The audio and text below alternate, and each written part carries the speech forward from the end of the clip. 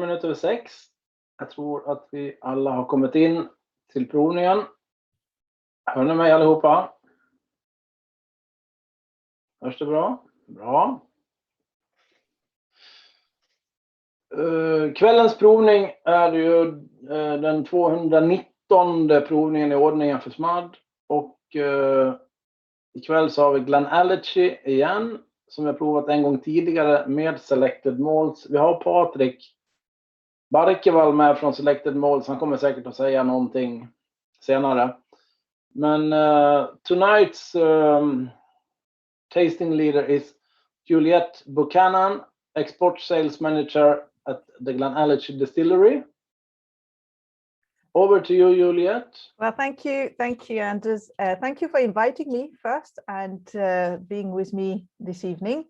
I hope we are going to have a fantastic time. I know we are going to have a fantastic time. I mean, I am anyway. I've got all you guys, you know, here with me, and I've got 7 bad boys waiting with me on the table.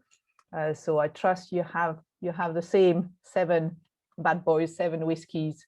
Really, really nice to spend time with. So, well, you know, it's a pleasure to be here and to be here to talk about the GlenAllachie distillery. For those who don't know me, let me just introduce myself a bit. So my name's Juliette Buchan. Juliette's actually French, a French name. I am French, but I moved to Scotland over 20 years ago, and I just fell in love with the country, the people, and ultimately the blood, so the whiskey. So I've been working in the whiskey industry for 14 years now, and I keep on learning. Every day is a learning day for me in the whiskey industry. And I've worked initially with Gordon and MacPhail, so that was a fantastic way to start in the whiskey industry and to get to know so many different distilleries. And then I took a bit of a leap of faith 2 years ago when Billy Walker bought over a GlenAllachie distillery, and I just wanted a new challenge. I just fancied, you know, after 12 years in the same place, you fancy something new sometime, and that's how I felt. I just wanted to be part of something that I knew was going to be ambitious and be big one day. So I wanted to be part of it, and I've joined GlenAllachie in February 2019. So I'm in charge of Europe, and Sweden is one of my market, which I'm really, really pleased with, because I've got a long relationship with Sweden, with Gordon MacPhail, and I've met new people with GlenAllachie in Sweden, and 2 fantastic importer, Michael and Patrick, and we're doing a fantastic job. Well, they are doing a fantastic job. I'm just placing the orders. But no, it's good. It's a good team. So we've done good work so far for GlenAllachie. So thank you for being here, for listening to me, and for being part of the tasting. So I came a long way today. I came from my living room to my bedroom. That's my trip, and I came with my Dala horse on a horseback. So thank you for the transport mean. So I'll put him away. He's going to be here looking at me and making sure that we behave. So tonight, as I said, we've got 7 whiskies, 7 bad boys. We'll go actually from the kind of lightest aromas to the strongest one, and it goes with age as well, actually, but more or less, unless the last 2 not quite, but more or less from 11 years old to about 30 years old. Most of them I actually haven't tried until tonight, because they're all single casks, and usually when you have single cask, you know, they're bottled and then they're shipped away and you never see them again. So I'm very lucky here to have some of the single cask here. So when we were talking with SMAD about the lineup, some of them I knew, some of them I didn't, and the last 2 was a bit of a guess from my part about the lineup. So I may be wrong. We'll find out at the end. But I think that's the lineup. That lineup will work. So anyway, I can talk a lot, but I want it to be your tasting as well. So if you have a question, I know it's more difficult virtually than in a room, but if you have a question, you know, just put your hand up. You've got a little button, or even unmute yourself and just ask your question. I really don't mind it. It just helps me, you know, guide where I'm going, and I'm here to answer your question, really. So what I thought we'll do is start with a little film, and then we can go on the first whiskey. But I've got a short film here which tells you a bit about the distillery, tells you about the production, because I know that in Sweden you're really good at anything technical. So I'll share my screen, and I'm going to let one of our distiller, Mike, do the talking for about 3 minutes. Yeah. So if I can do that, share screen. All right. We should be good to go. Can you see that?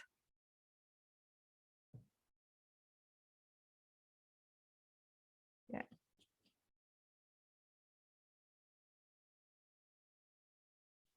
First stop is the mill room. This is where we grind every day our 9.4 tons of grist. When I say every day, I mean Monday to Thursday. Those are our production days. Then we have a cleaning day on the Friday. You'll see from here, there's one of the old Porteous mills. If we check the panel down the side, it was installed in 1967, started production in 1968. So all of the malt that has ever been ground through this mill has been turned into all of the GlenAllachie whiskey around the world. No other mill has ever been used in this distillery.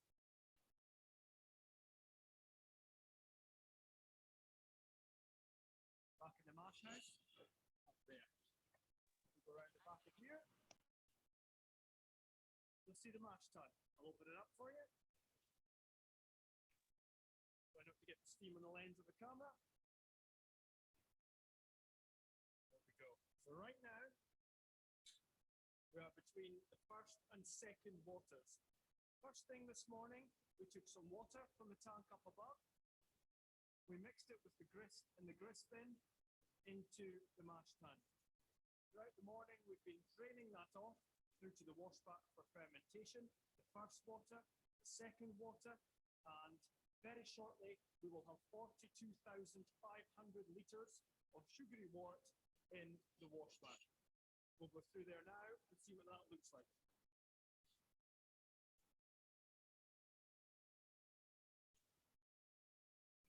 Follow the wort along this pipe. And today, we've been pumping to washback number 3. Take a look in there.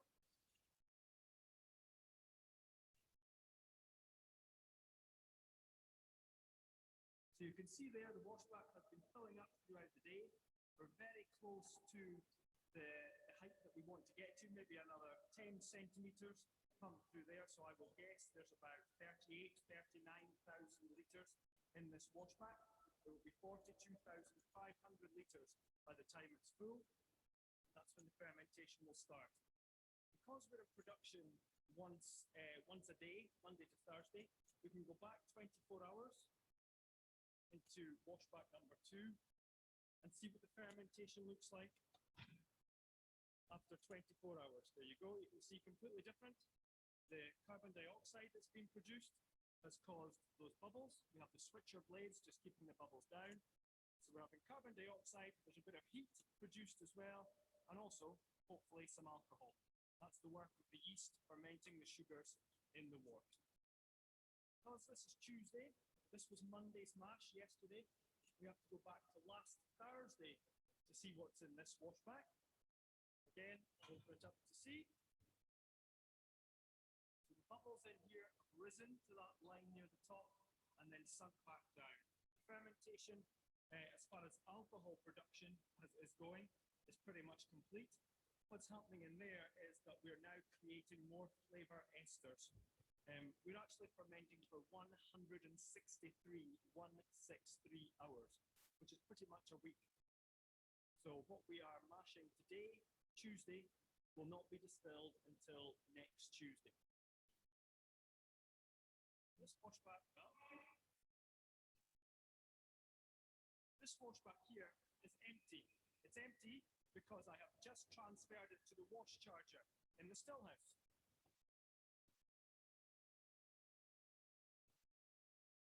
So you can see from here, two pairs of stills, wash still 1, spirit still 1, wash still 2, and spirit still 2. Now the vapors in these stills are boiling up, and in our horizontal condensers, condensing back to a liquid, and then running through the spirit safe. So that spirit safe has the liquid from wash still 1 and spirit still 1.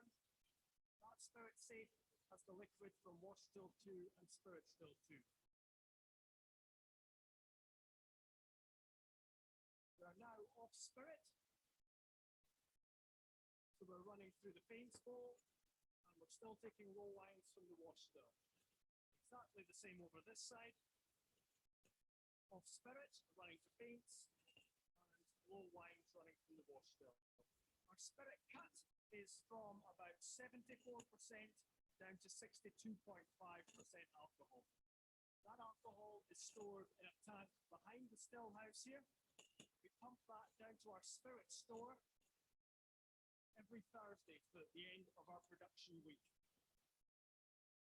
If you look towards the warehouses, you may be able to see our spirit pipeline, which is about 6 meters up, runs right along the front of the distillery, up to the edge of that warehouse, and then continues to the back to our filling store. Everything we make here at the distillery is filled on site and stored on site. Usually we make about, let's think, 22 to 23,000 litres of alcohol a week, and that's about 69.3, 69.4%. Good stuff. Thank you.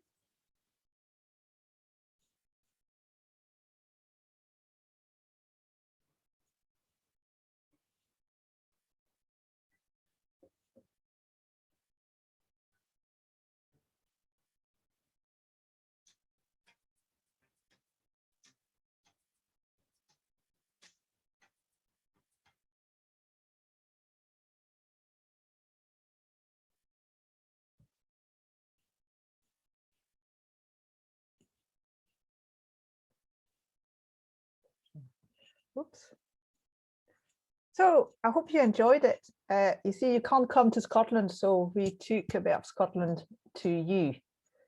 It's quite a lot of information in this short film, but we can talk a bit more about it while we do the tasting, and that's where questions are important. But I will come back onto the long fermentation and the maturation is very important as well. So we will talk about it as we go along. But I think it's time to start tasting, because that's what we're here for. So let's grab the first glass, which is the first of the 7 single cask here. It's a bourbon barrel, bourbon single cask, 11 years old, and it's bottled at 58.5%. So all the single casks that you're going to have today are cask strength. All the single casks are also, or all the whiskies at GlenAllachie are natural color. The problem with a virtual background is the glass disappears. So this one, ex-bourbon barrel, you can see with the color, it's nice golden, not too dark. It's just quite subtle, especially for GlenAllachie. You'll tend to see all the GlenAllachie getting darker and darker, because that's really the direction of travel that Billy Walker wants to take. So anyway, let's nose it.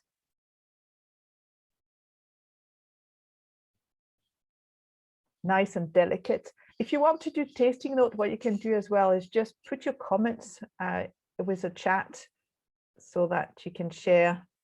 I can't get to it. We can share, you know, any thoughts. You can do it in Swedish if it's easier, it's fine. Because I can only tell you what I knows and what I taste, but obviously everybody's different. You'll have different words, you'll have different perception of the whiskey. But initially, just light butterscotch, honey, a bit of cereals,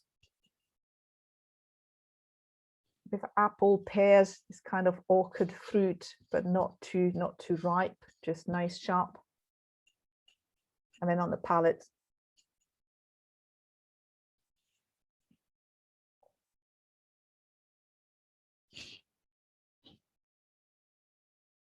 sorry, I'm fully aware that when I drink, you must hear all the sound that I make. So I do apologize for that, but you know, twirl it round and then sip and breathe. It's, you know, 55, what did I say, 58.5%, is quite strong, but I mean, I know we all experienced here, so it's fine, but you know, it's quite soft. And that's why I'm always amazed with the GlenAllachie at Casks Trends, is they actually really, it's soft, it's smooth, there's no burn, it's just lovely. So I've got lots of this vanilla aroma, again, the pear, the orchard fruit, and quite a lot of honey. And if you think about GlenAllachie, and you should try kind of find that in all the single casks and all the GlenAllachie, the DNA of GlenAllachie is very much on butterscotch, honey, and orange zest. So there's always a freshness to the GlenAllachies, and Billy will always talk about orange zest, butterscotch. And what I find as well, and on some of them, is a bit of eucalyptus, mint eucalyptus. So again, more freshness to it. So although it's quite a whiskey with quite a lot of body, it remains a whiskey which is very accessible and very fresh. It doesn't just, you know, coat the mouth and stay there. It goes on and on. So I really like this one. You know, small cask, 240 bottles. Sorry, it was bottled last year for Europe.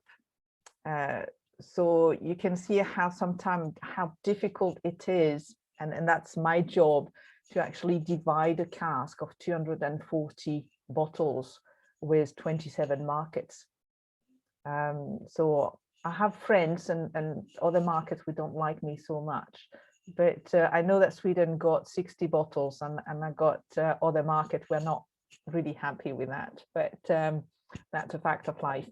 So yeah, so when we do this European batch from time to time, I have to divide them, and not every market is always getting everything. So in your case, you got this one, and you got an Oloroso that we'll try later on. Fantastic Oloroso. So while we try this one, and again, if you want to put comments or questions, please do so.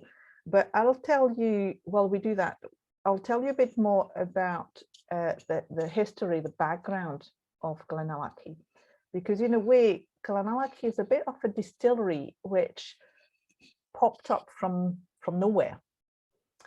Not literally popped up, you know, it's been actually built in 1967.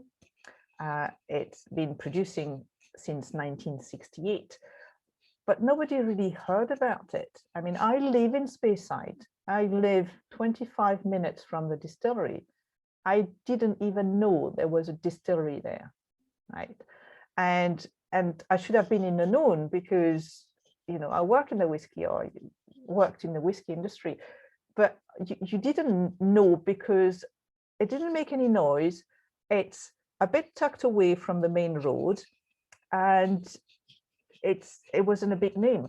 And that's because although it was a big distillery, it can produce 4 million liters of pure alcohol, so it's not a small distillery. It was producing single malt, but for the blend industry. And the single malt produced would have gone into mainly Clan Campbell, very famous in France, but Chivas Regal, Ballantine's, and so on, and other brands as well, not especially Chivas brand. So it was owned initially by McKinley Macpherson until 1985. Then it went to Invergordon, which is now known as Watton Mackay, for 4 years, but they didn't actually do anything with it for 4 years. So it remained silent between 85 and 89.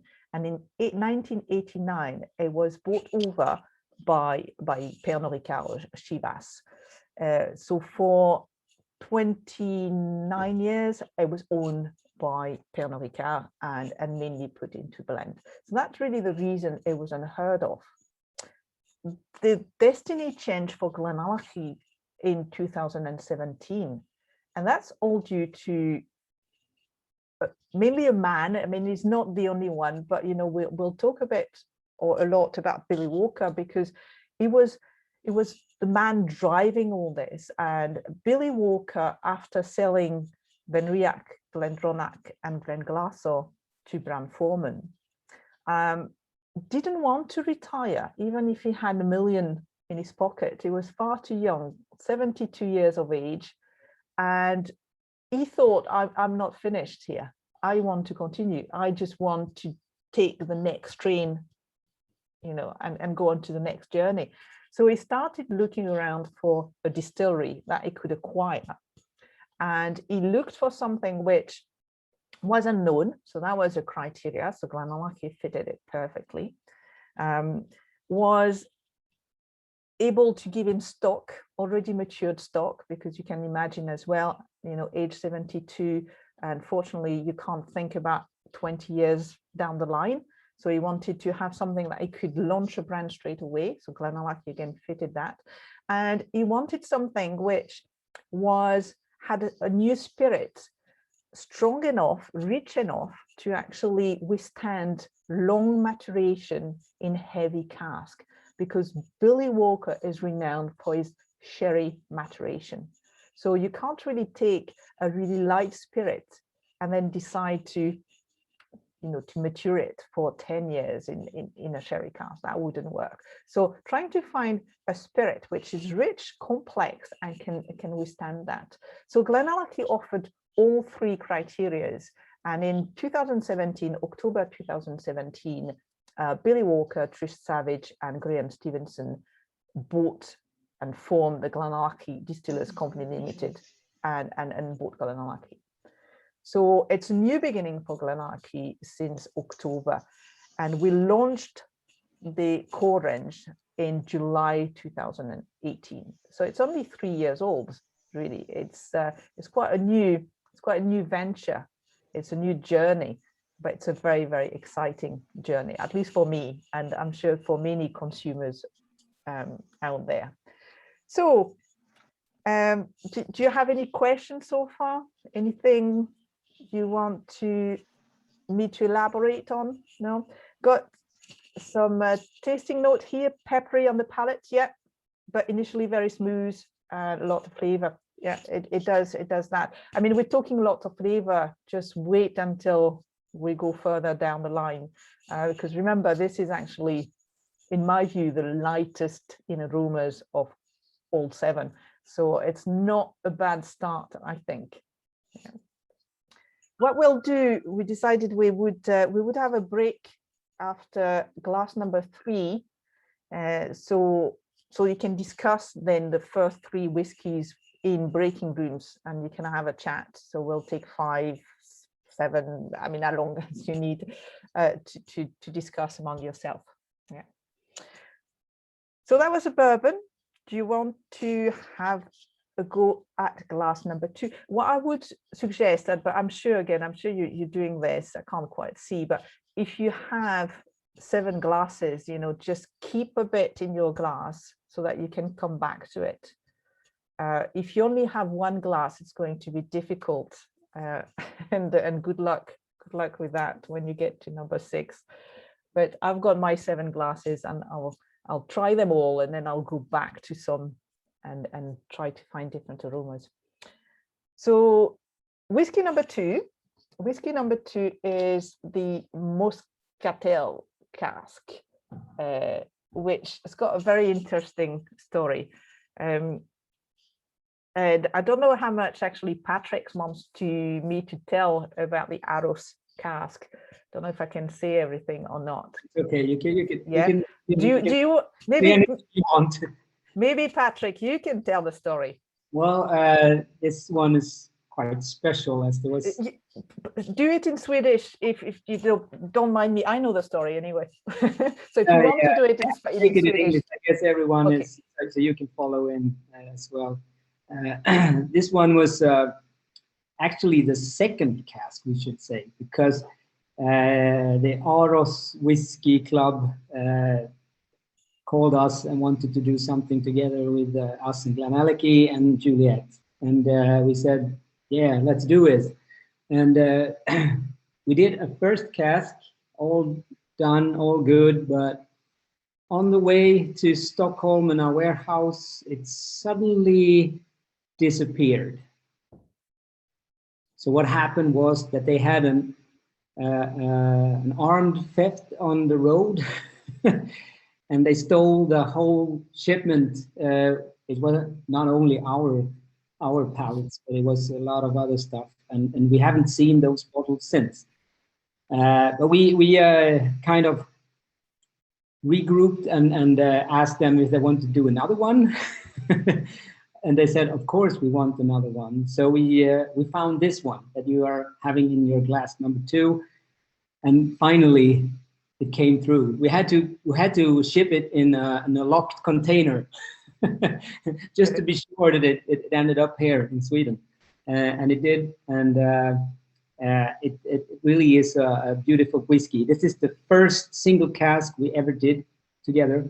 I know it was a bad start. It was really a bad start. And I think we were working together, or we had been working together for about 6 months, I think.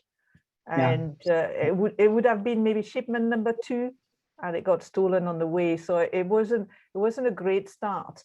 But as you see, you know, we found a sister cask, so something very, very similar. And in a way, the good news is we took another 6 months to do it, so it was delayed. But initially, it was supposed to be in one of these labels, which is our old labels, and it just ended up in the new. It was one of the first casks to be in the new label, which, I mean, to me is much more stylish than the first one. So at least they gained a bit of class on the bottle. But what's in the bottle, you know, was perfect the first time. It's fantastic this time around as well. I mean, I really like Muscatel cask. It's, for me, it's nice and sweet. It's got this golden raisins, peaches, apricot. So it gives a really nice style to the whiskey and to GlenAllachie in particular. So the nose is very distinctive, I think, for a Muscatel. Yeah, and then the selection process, we did it together with the board at the Aros Whiskey, and they kind of chose the same cask that we did. So it's it was good, and we didn't have any other. They thought the same as we did. So it was as the first cask that we did, we thought it was really good to start with the Muscatel. Yeah. Now, and that's, well, we've done actually a wine finish, a Muscatel wine finish, 11 years old as well. But this one, being at cask strength as a single cask, really just had some punch and some fruitiness to it. But, you know, a lot of sweetness, a lot of this syrupy, I don't know, I mean, maybe you have tried Muscatel on its own before, and if you have, you know, you would know what it's about. But it's a really, really sweet golden raisin imbibed in alcohol, and a lot of peaches, a lot of apricot. It's just a delight, a Muscatel. You wouldn't have too many glasses because it's extremely sweet, but it's lovely. And with a GlenAllachie, it just brings really nice experience. So this one is. Sorry? Yes, I interrupted. I kind of lied before, because it wasn't the first one, because we're soon going to taste the first one, but that wasn't for the Swedish market. So just to Yeah, well, it was. I think if I remember right, we did the first Muscatel before the next cask. Yeah. However, the next cask became the first one because the first one became the second one. Yeah. If you follow me. Yeah. So yeah, the Muscatel is the first cask we ever selected, and it should have been launched before the next Madeira, if I remember right. Yeah, you remember right. But it's let's have a sip at that. Strengths wise, again, pretty high, 57.2%. So it's I don't have the number of bottles because it's not written on my sample, but it would be about 300 bottles if I'm right. I don't know if somebody's got a bottle in front of them. I remember 311, if I'm not mistaken. 311, yeah. Is that from memory, Patrick? I don't know. It could be 313. I'm not really sure. No, you say 311, and I'm thinking, yeah, that rings a bell as well. But we can't be that good, can we? I don't have the bottle here, so. So 311. It's I think you're right, actually.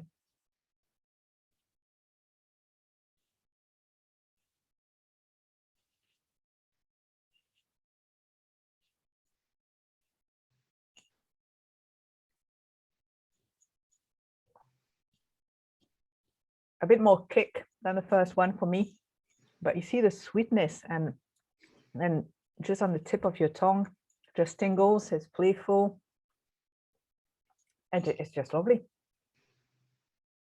It's just lovely. You've got the dryness and the finish, so it's kind of apricot stone. So yeah, apricot, sweet, dry filling, red apples, ash. Yeah, the ash would be from, I think, the cask being burned. Maple syrup, that's a good one. Yeah. Yeah, and yellow raisins. So that's why we call here golden raisins. And really kind of nice and, sorry, I'm losing my earphone. But yeah, nice and lovely. You know, although the first one, 58.5%, so it was a bit higher in alcohol.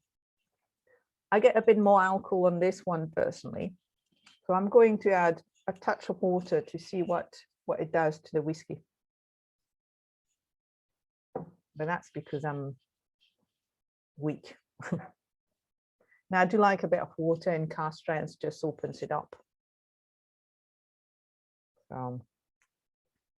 So I was telling you a bit also about about the new ownership and the Billy Walker, and I'm sure you're quite familiar with Billy Walker.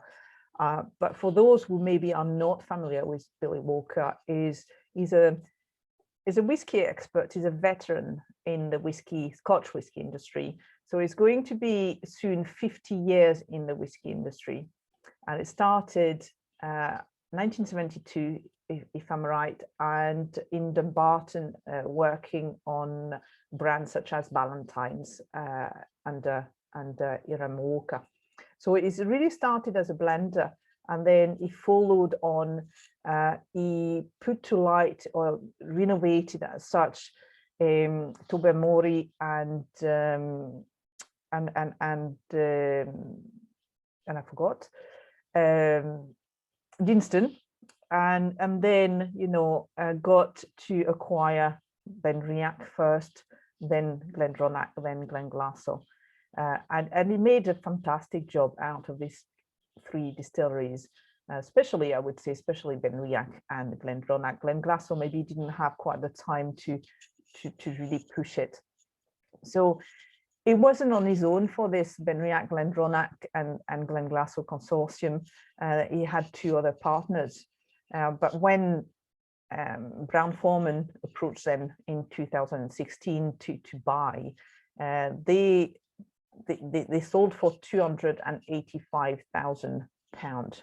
So I don't know how much it is in kronas. That's a bit too much calculation for me. But it's about 300 million euros, 3 people. So it's quite a hefty sum of money. for somebody, you know, to have in his back pocket. But as I said, he wasn't ready to retire. He's a kind of man who doesn't take holidays, so retirement is not part of the agenda. And he's fascinating because he loves anything to do with maturation. He knows the cask inside out. He knows what's going to work and how long and so on. And he's actually based in next to Glasgow. So that's where the head office is. But the distillery is in Speyside. It's about 3.5 hours away. And every week he will drive up for the day, not even for the day, for the morning, and look at his cask. That's what he's got to do in his lab, and then drives back down 3 hours.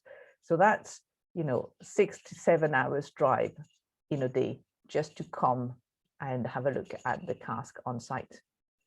And if that's not dedication, then I don't know what is.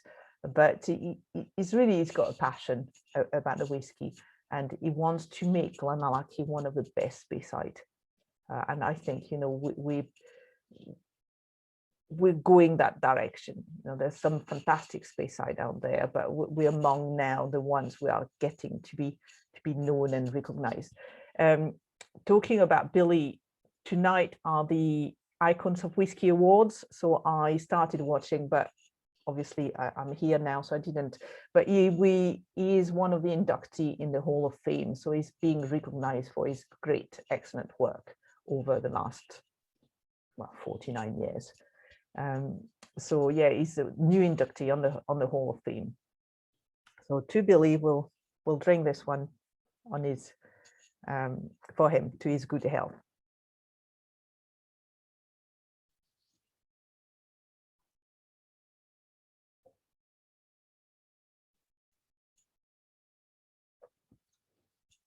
I had forgotten I added water, and yeah, it's getting more of the grapefruit. I don't know how many of you actually added water. A lot of fruitiness, somebody said that, but I think it got slight bitterness with water, which is quite nice as well. Just, you know, the grapefruit and the white skin on the grapefruit when you don't peel it enough. That's what we call the pith, and that's what I get there. But I quite like that. I'm quite a bitter woman, so I like bitterness. I mean, what do you think? You're better with water or not? Or maybe not many people tried with water? Suppose you're Swedish after all, there's no water going past your lips. So, okay, so that was number 2. So again, you know, you can see the evolution of the whiskey from the bourbon, then the muscatel, you know, spend a bit of time in the muscatel. And what Billy tends to do, and that's fairly important, what Billy tends to do is, you know, mature first in bourbon to really smooth everything, to give the vanilla, to give the cereal notes, and to give the DNA of GlenAllachie, and then just have a second maturation. So that's what happened to the muscatel here. The third one we're going to visit, or to taste here, is a fantastic cask which was bottled for Viking Line, or Viking Line, don't know how you say in Sweden. Brings back fantastic memories, because that would have been 14 months ago. Yeah, we had a great time at the fair. I'm sure many of you would have been there. So this one was done for Viking Line. It's a Madeira cask, and so Madeira barrels, 293 bottles just for Viking Line. Once again, it's cask strength at 58%. So if you've got the bottle, you'll see we've put 58.0%. So that's really to show it's a cask strength. It's not been reduced to 58. And it's again 11 years old. Yeah, 11 years old. So bottled in October 2019. And it's one of the old label. So that if you, I don't know if you can see the color of it, I know you've got a sample, so you'll see the color in your glass, but the color is always a bit more impressive when you've got the full bottle. You can see, get the white. See, you can see the red tinge to it. Obviously, you've got the label as well, which is red, so that enhances it as well. But it's a nice red hue to it.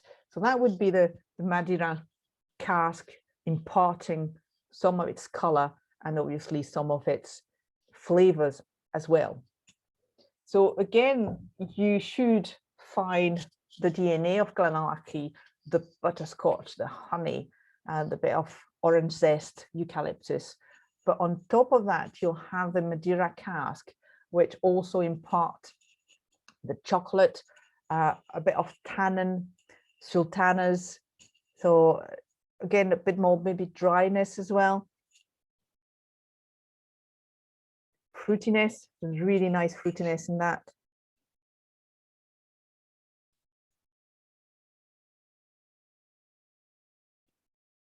It's got kind of a red fruit, juicy red currant.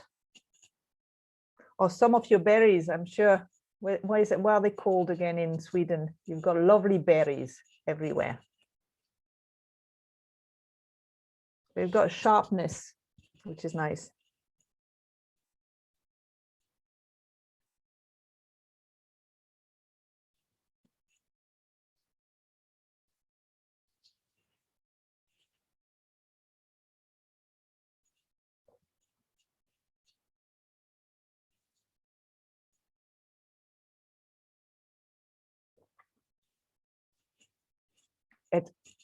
I mean, the word that comes to mind to me is juicy. And I'd like to think about the berries. Yeah, Patrick's saying that there might still be some bottle left at the baking line. But you see how the juiciness and how it makes your mouth water. Yeah. I can see a few heads going like this, so that's fine. But it's really, really nice. You get more of the chocolate. Do you get the chocolate as well? A bit of a milky chocolate. And some nuttiness.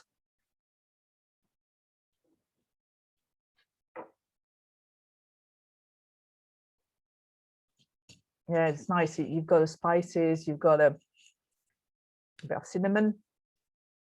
I mean, I shouldn't mention cinnamon to Swedes because you're really into your cinnamon. So if you want to please me one day, kanelbulle. That's all I want. Yeah.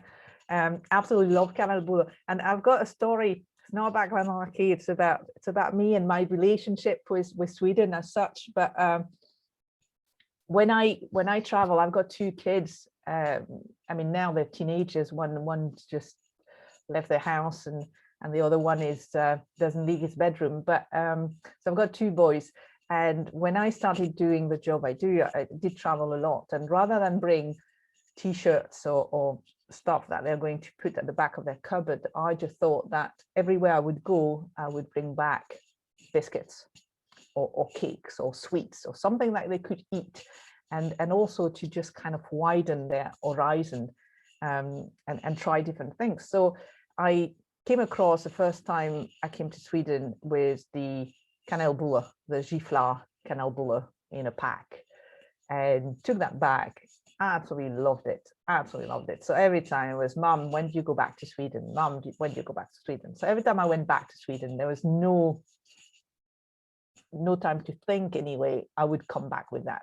I think if I hadn't come back with this kanelbulle, they wouldn't have opened the door.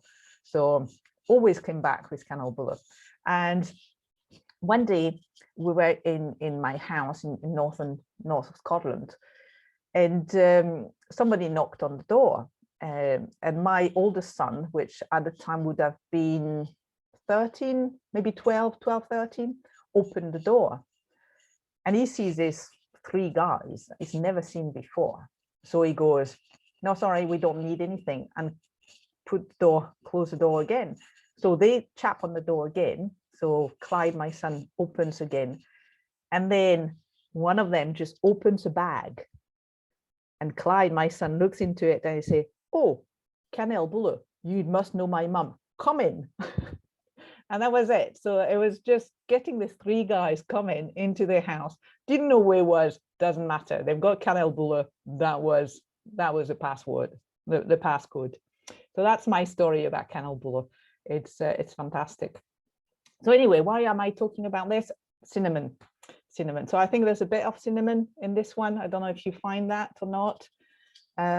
Looking at tasting notes here, sweet honey, wine, caramel, yeah. Chocolate, kumquat, lychee, blackberry. Wow, that's a rhubarb. Yeah, I like that. I would totally agree with the rhubarb. Dark chocolate, yeah. Pecans, yeah. Very flavorsome. That's a fantastic tasting note. Judge Dram. I like the name. So you should do the tasting notes for us because our tasting notes are pretty boring. So now it's good. It's good to have really different people, different culture, and different tastes. But I would totally agree with what you've put here. I really like the rhubarb bit. So yeah. So I suggest we have a break, and we'll have other breaks during the time. Discuss the three among you. Also, please, let me know what you want to know. If you've got any question, please ask me or put them down here so I know what you want to hear about. Yeah.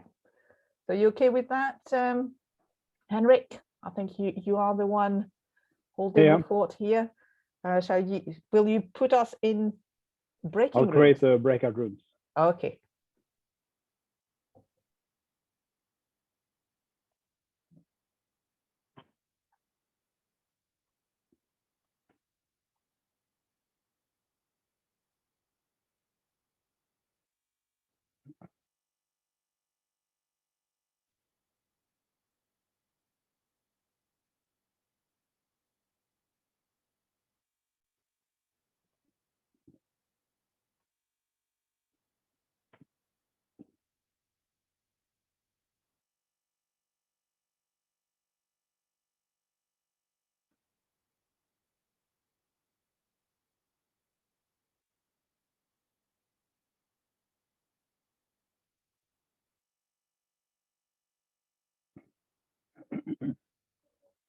Ni som är kvar, får ni inte upp några breakout rooms eller vill ni inte hoppa in?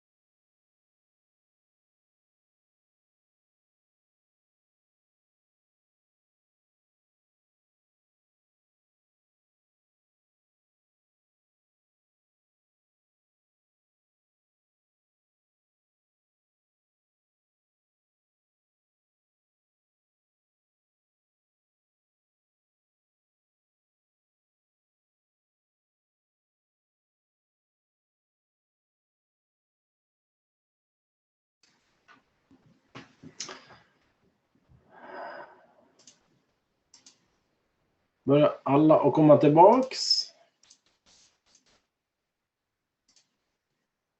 Ja.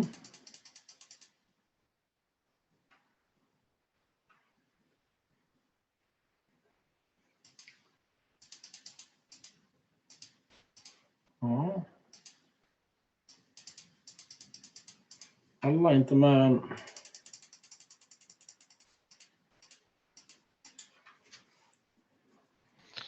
La du in en halvtimme, Henrik, Hi, welcome back. Welcome back. Yeah. Juliette, I will tell something in Swedish to the other people. Kom ihåg att vi har sagt förut att det är jättebra om det är tyst om man pratar, men det är uppskattat också om ni ställer frågor under provningens tid.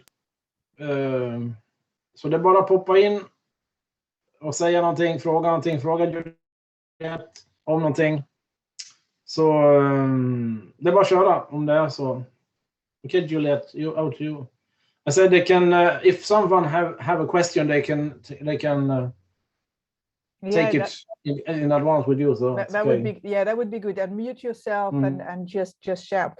It was good to have a breaking time because we had a few questions as well.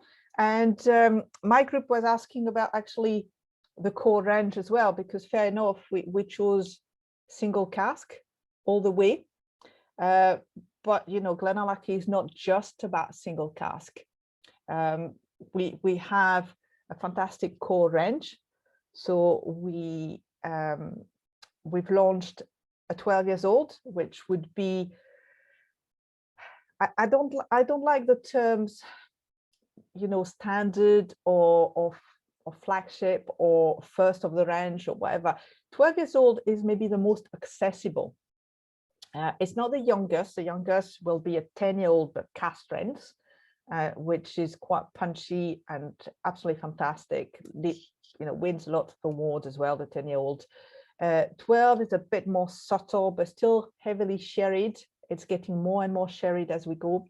Then we've got the big brother, which is the 15 years old, very bold, very much on the sherry, chocolate, raisin, coffee, superb, really, really good.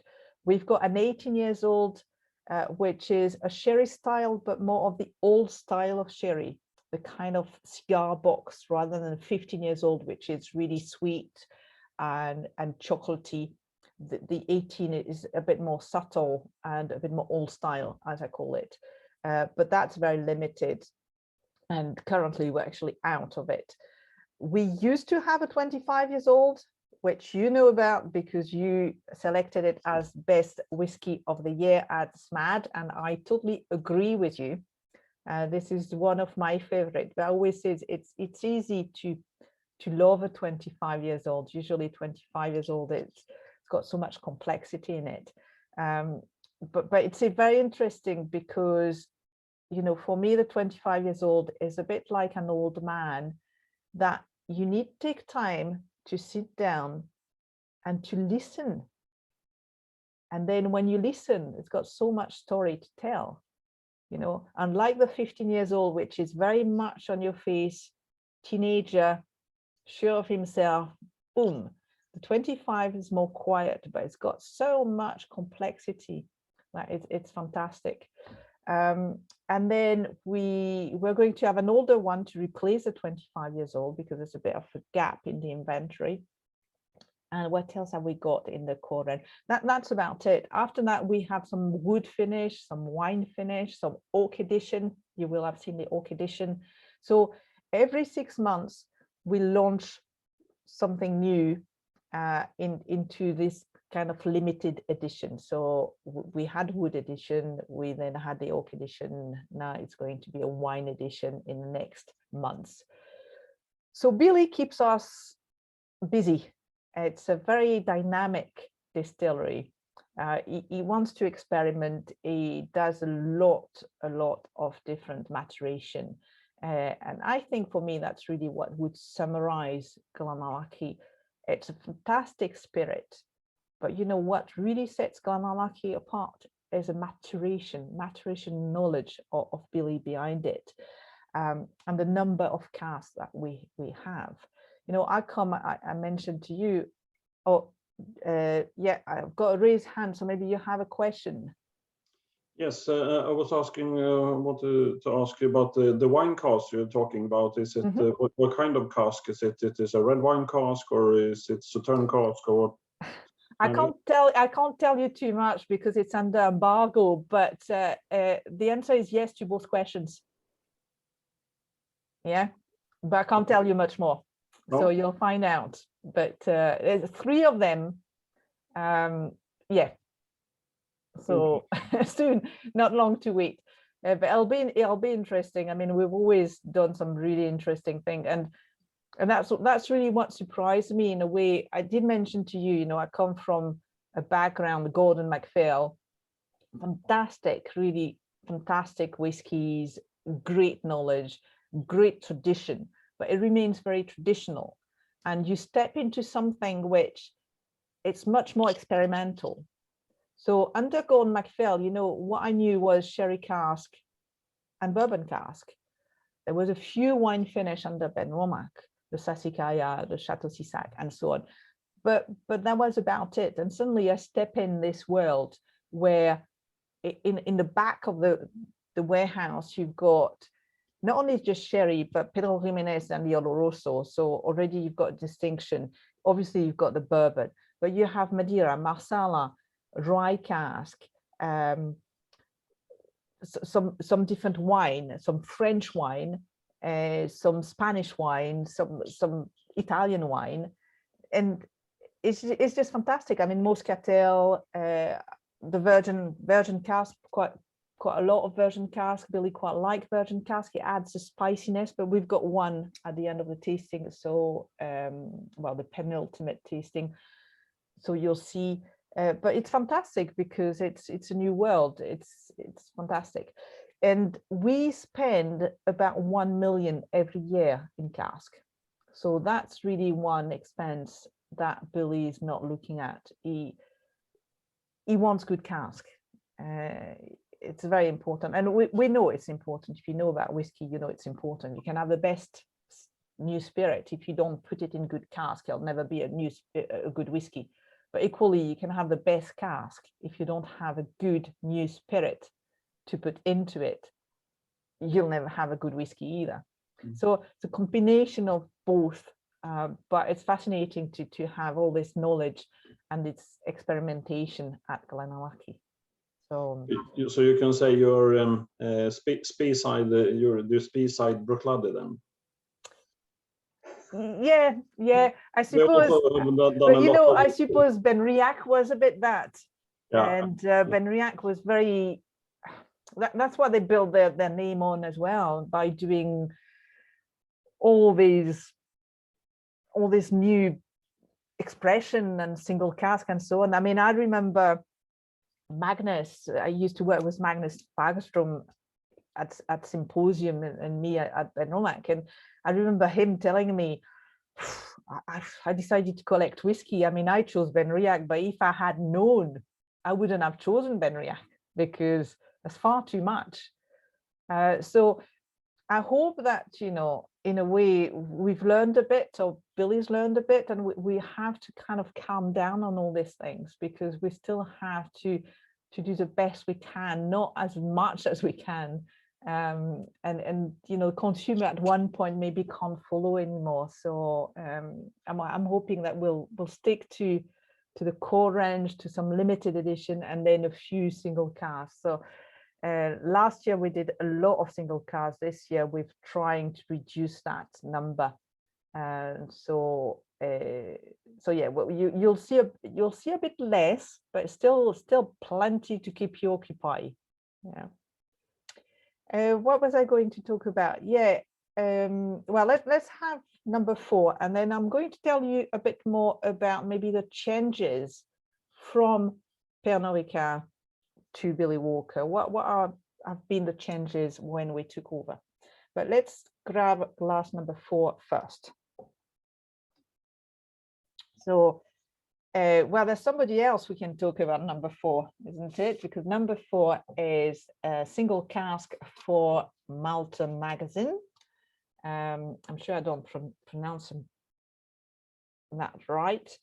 And so, Henrik, do you want maybe to tell us about why you've selected this cask in particular? I was looking for a big sherry whiskey prior to wine whiskey from Glen Scotia that we did prior to this. So I was looking for something sherry and a lot of bottles, basically.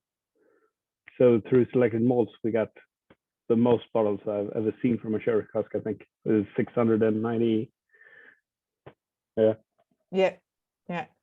So that was bottled last October, and you kind of sold out very quickly, if I'm not mistaken. Yeah, because we had the cask was basically sold when it arrived in Sweden.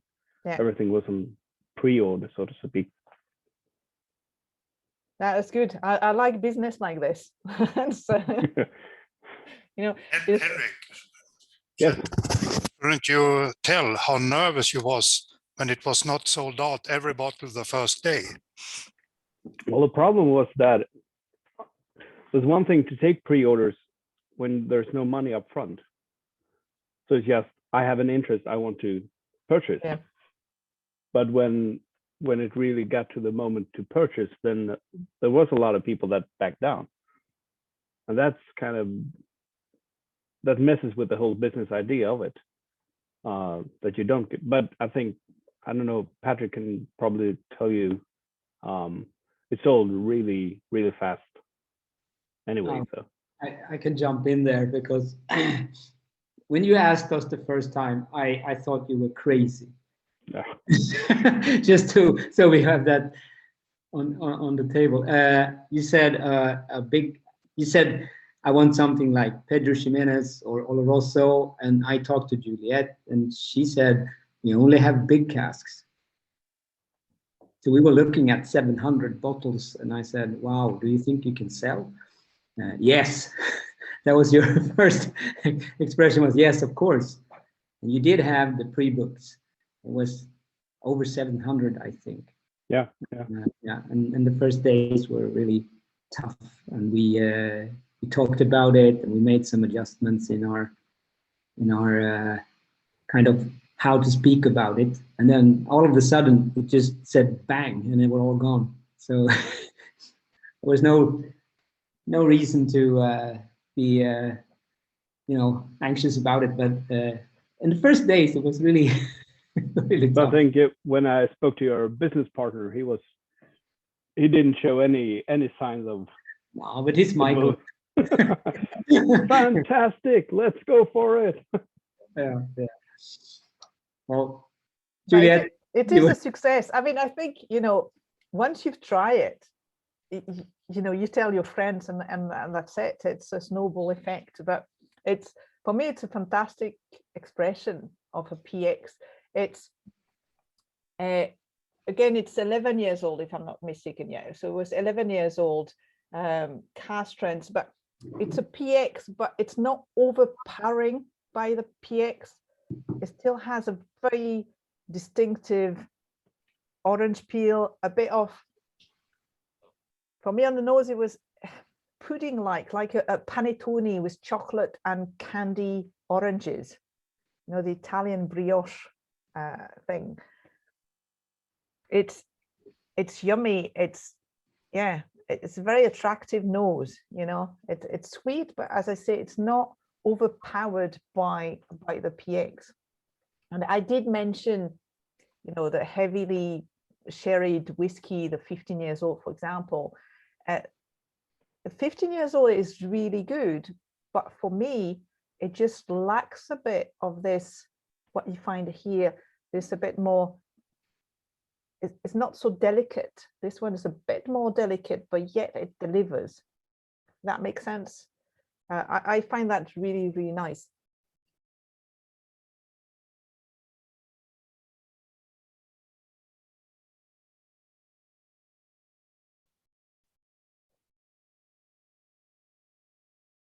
And again, it doesn't need water. And yet it is 56.9. But it's got a nice fruitiness. It's got a bit of the nuttiness. And it's just long. So I don't know what you think about it. We had some fantastic tasting notes early on. So let us know what you think of that, of this one. But it's, you know, it stays on the tongue. It's here. It's really long lasting. So that's a really good choice for me. But then Swedish people always make good choice. All the casks we've had, honestly, have been good. So there's a couple coming as well soon, but you'll find out soon. While you taste this one, I said I would kind of tell you about some of the changes from Pernod Ricard to Billy Walker, to the GlenAllachie Distillers Company Limited. So we were very, very good for 6 months. You know, when we took over, although I wasn't here initially, but when they took over, some of the Chivas guys stayed, the production team stayed to kind of teach and show the rope of the new distillers and how it worked. So they listened and they worked with them and whatever. And as soon as the guys from Pernod Ricard, from Chivas left, we started to just adjust a few things to our liking. The very first thing we did, and that's very important, is we've reduced production, because the capacity of the distillery is 4 million liters of pure alcohol. So it's a big distillery, you know, it's not massive for Speyside, because you look at Macallan, Glenlivet, Glenfiddich, they're now about 22 million. But it's not small. Again, you know, the small ones would be the Romac, which is 500,000, Speyside, which is, I don't know, they do 150 or something. I mean, that small distillery, we can do 4 million liters of pure alcohol, but we decided to cut down on production and not to do as much as we could, but to do as best as we could, and to really just develop a range before we just turn up the machine. So we now produce, I think this year is going to be about 500,000 liters of pure alcohol a year. So it's substantial, but it's not that much. But again, you know, if you drink more, we will produce more, honestly. So don't cap yourself, continue to drink. But, you know, we've got capacity, and there was a desire not to do as much as, but as good as. So we tweaked that. We reduced, or we slowed down the distillation process as well, compared to what the guys at Chivas did. So the first distillation takes about 20 minutes longer. The second distillation takes under 20 minutes, and that gives a bit more reflux. But the most important stage, and we saw that in the video, in the film, we lengthened the fermentation. So Chivas would have been between 48 to 56 hours, 60 maximum hours of fermentation, depending on the days. We do 163 hours. So that's a week of fermentation. And that, to our knowledge, is the longest in the Scotch whisky industry. Again, I say to our knowledge because, you know, there might be somebody doing it without us knowing. But what it adds, it doesn't bring more alcohol, because the alcohol is produced within the first 48 hours. But after that, you've got a secondary fermentation, and you've got esters, fruitiness developing. You've got more complexity. You've got a richer, more complex wash. So we've tweaked slightly all our distillation process. And obviously this is not what you're drinking just now, because this is what Chivas would have been distilling and what we bought from them. But going forward, you will see a change in GlenAllachie into an even richer and deeper and more complex spirit. And again, that's all under the guidance of Billy. So what you have now is really the previous distillation. we managed to acquire, with the distillery, we managed to acquire about 50, we've got a contract for about 50,000 casks of matured spirit of different ages. And the oldest cask is 1978. Unfortunately, at the moment, we don't have anything between 68 and 78. But we keep on trying to buy from brokers if we find anything. So if you have a cask of GlenAllachie in your back cupboard, just let us know. We might be interested in buying it, especially if it's between 68 and 78. But no, we keep on acquiring things and from Shiraz as well. So we've got plenty of capacity, we've got plenty of stock, and it's just starting the journey under the GlenAllachie Distillers Company. Yeah. And the other thing I'll mention as well is when we acquire GlenAllachie, we also acquired a couple of brands. We obviously acquired GlenAllachie single malt whiskey, although hardly any had been sold as single malt. We acquired the McNair's brand, and you would have seen or may have heard about McNair's blended whiskey, which was launched in 2019, or I believe, or late 2018 as a blended malt. And we acquired a brand as well called White Heather, which was a blend malt, but which is a blended whiskey, and which was a blended whiskey. So we've just relaunched that as well. So we've got other things in the back burner. We're also working on some rum. I mean, we're working on a lot of different projects. So it's yeah, it's dynamic. It's really, really dynamic. Yeah. Okay. Do you want to go on to the next one? So that would be number 5, which is part of the European release I mentioned earlier. So we did that last year. It was 7 casks in total, and Sweden got 2, the bourbon and the Oloroso puncheon. So that gave 685 bottles. So that was a bit easier to split within Europe than a bourbon barrel of 240 bottles. And it was bottled again, cask strength at 57.7%. So I mean, I'm a fan of Oloroso. I really like Oloroso. I like the nuttiness and the kind of coffee, dark chocolate that I get there. And there's always also a bit of the kind of walnut in it that I found really, really nice. It's a bit of my background because I come from a region in France which is known as a capital of the walnut. So that's maybe in my blood, but I'm really attracted with Oloroso for this reason. So 14 years old. And again, and you look at the color, you know, it's really nice, dark. Really, really nice dark chocolate and coffee.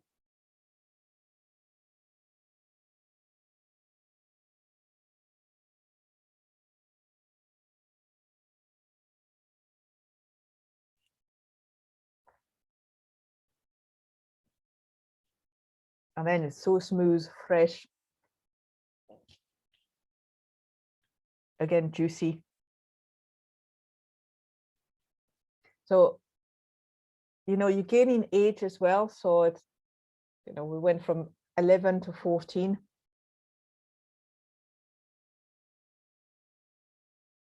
It's lovely. Don't know what you think about this one. A lot of orange as well. You know, again, the DNA is still there.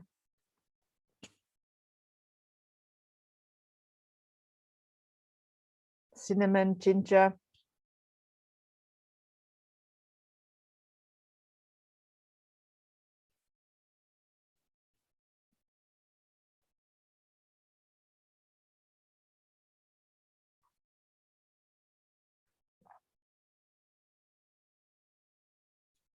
I've just realized that my picture is maybe not the best because you can see the bins.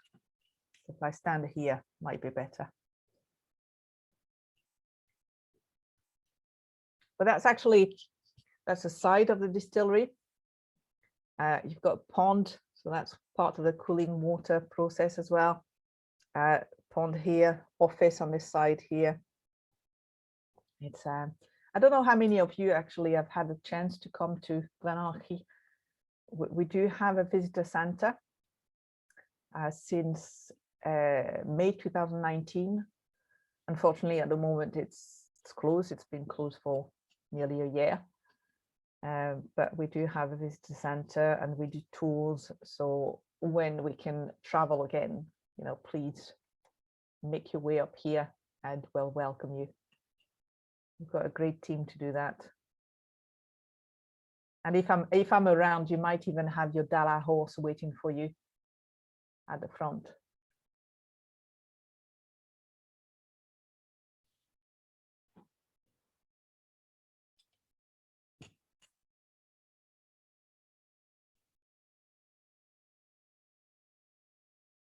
It's so rich. It's really, really rich. But again, you've got this nice orange peel, orange zest. Yeah, that's fantastic.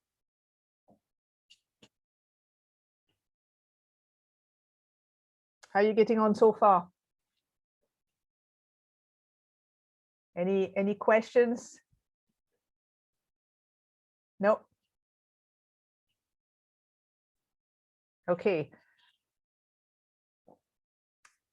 Let's get on maybe the next one.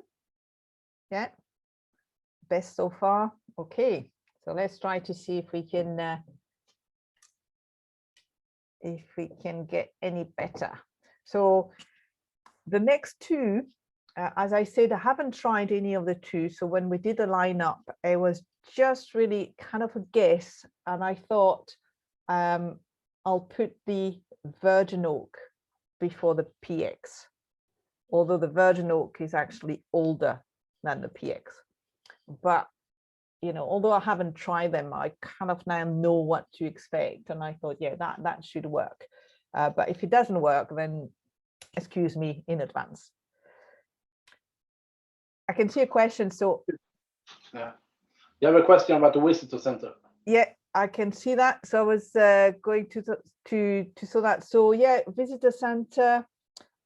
We do tours. So we've got kind of two different types of tours, and we also have the bottle you own.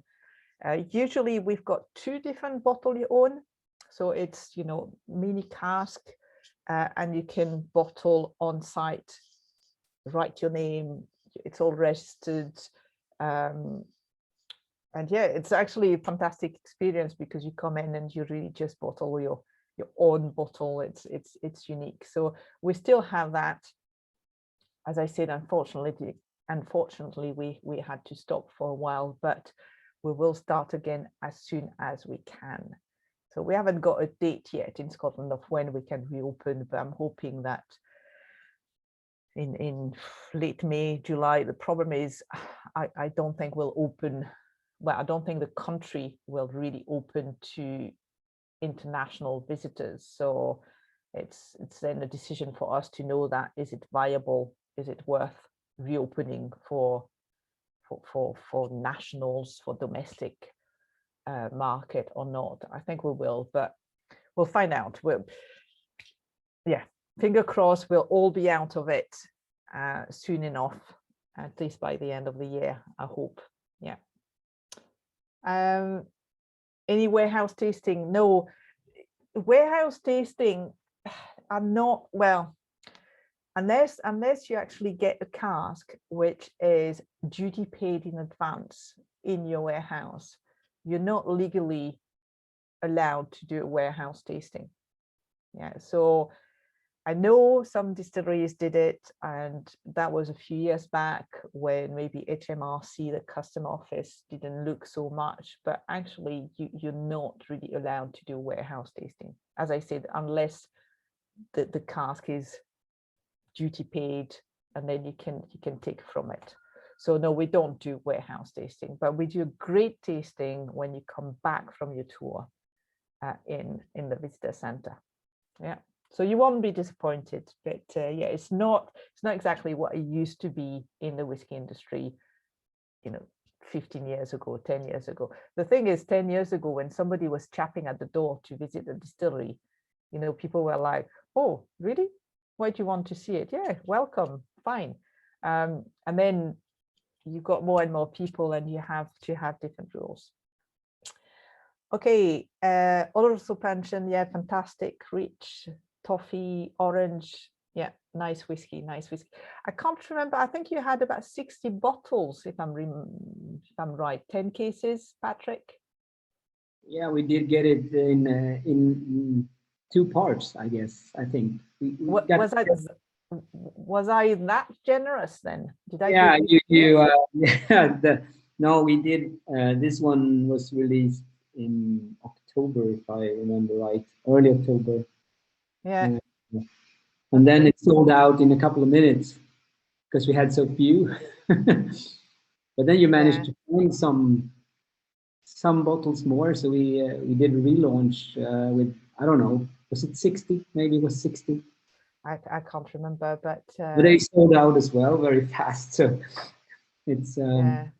We're going to have a new European release as well, European batch in September. So again, you'll see a few coming your way. The problem I have is actually I've got more and more markets. Although technically Europe is getting smaller since the UK's left it, but I've got more markets, so I'm always gaining markets, and there's a lot of interest out there. So I've got actually more countries to divide it with. So we'll see what happens. I've got a question here actually, which I think is quite nice, because it's often a question which pops up. What is the biggest market, and is your own market, Sweden, important? I would say every market is important, every market, regardless of the size of it, because even a small market could be the next big one. And for me, it's not so much even about the sales and the volume. Yes, I mean, that's my job, and that's what I'm kind of judged on by the bosses. But for me, actually, an important market is a market where I get on with the importer. And when I say I get on, I don't have to be best mate, but somebody who will communicate, somebody who maybe have a conversation and a laugh and a nice time, and somebody you can really do business with. So an important market and a nice market is a market where you can do nice business, not necessarily big business, but nice business. And that's exactly what we have in Sweden. We've got some really good relationship, and it's growing, and that's very important. I know I can pick up the phone anytime. I know Patrick will do the same, Michael will do the same. So you can grow. It's not the biggest market at the moment, but I rely on every single one of you. Yeah, you've got a couple of years to get there. Now, it's not the biggest market, and unless we've got something going on with Systembolaget, you'll never be the biggest market. So Sweden is very difficult for that. But if we can get a listing, then we can get there very quickly. So apart from Sweden, the biggest market in Europe is Germany. But Germany it's a rice style for them, and it's also quite a free market. They sell, they buy, easy market, quick access. So Germany is the biggest market at the moment for GlenAllachie in Europe. I can only talk about Europe, but I know we do great things in Asia. We're starting to do good things in the US. I'm working hard on France. It's every market is important. So I'm looking forward to great things in Sweden. Yeah, I think that's all for the questions. So good question. Thank you for that. So let's go back to the last two. So the first one I said of the older whiskies is a 1990. Again, selected for Europe, 30 years old, and it's the virgin oak barrel. So it would have been a a finish in a virgin oak, we wouldn't have put, you know, a whiskey 30 years in a virgin oak. That would have been far too tannic, far too astringent. So last few years in a virgin oak, and that would give quite a nice fresh kind of, you know, nicely fresh soda wood, but at the same time a lot of tannin, some vanilla, and some spices. That's usually what the virgin oak would get. So let's try it.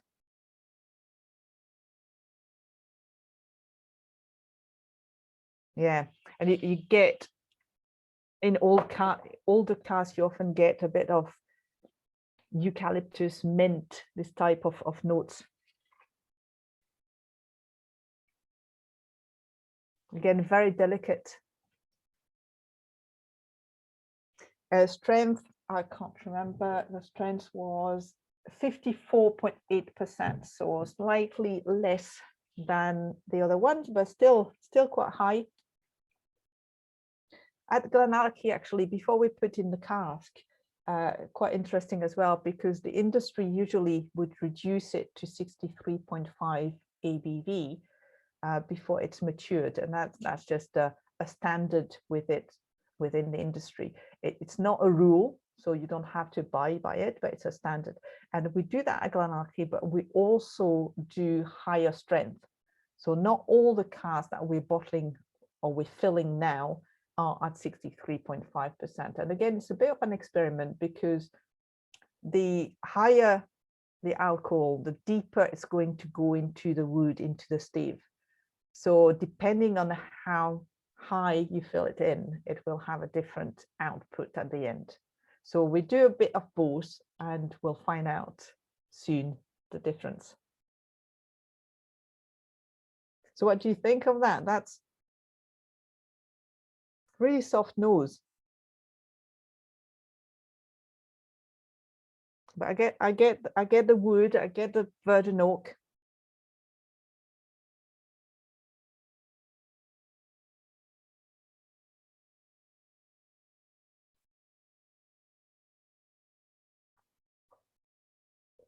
Sorry for the noise.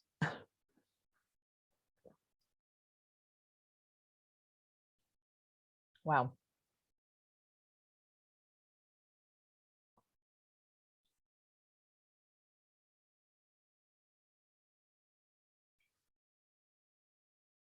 It just, yeah, it's full, it dies down a bit, and then it goes back up for me. You know, I've got the whole mouth, the whole palate is filled with aromas. The tannin, it's like having a really dry wine. And the mouth watering, so it's dry, but at the same time it's, yeah, it says drink me, drink me.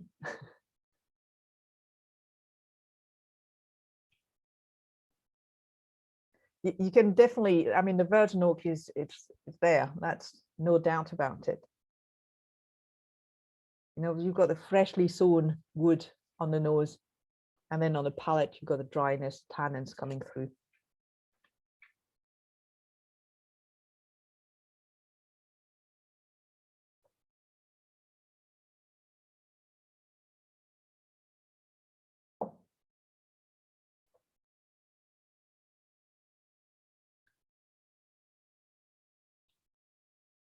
A bit of bitterness just through here.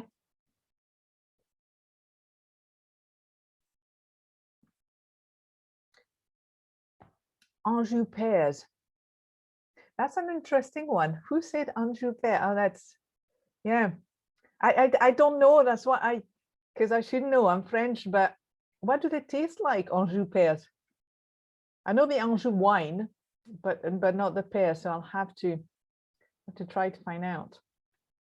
Pepper, yeah.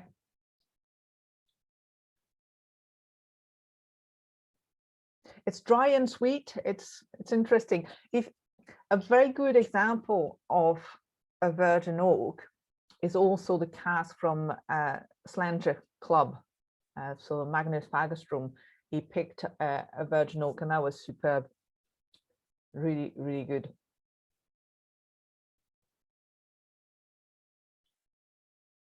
Yeah, no, it's interesting.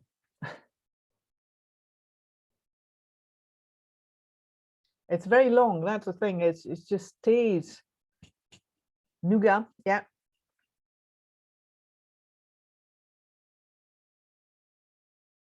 I mean, yeah, keep on. It's when you know it's dry and tannic. It when your mouth keeps on doing this, but yeah. Juliette, you said this should not be able to stay in the virgin oak for 30 years in Scotland. Why? While you have bourbon up to 25 at least in virgin oak with a faster maturing rate. You're quite right. You know what? I've never tried a bourbon 25 years old bourbon, so I don't know what it would be like. What I know is if you leave a whiskey too long in virgin oak, then you know your cheek kind of really gets dry and like this when it. But yeah, no, the comment you just made is totally right. I couldn't tell you. I couldn't tell you because yeah, you're right. Bourbon is always virgin oak and it can't be anything else. So I couldn't tell you. Have you tried 25 years old in bourbon? Well, have you tried a 25-year-old bourbon? Yes, but of course it is wood you can feel in it. I think one explanation is that the bourbon whiskey is a very, very powerful whiskey. I think it is much more powerful than a Speyside whiskey, and that it can stand the oak in a better way. But it is in the same way, I feel a little one-dimensional.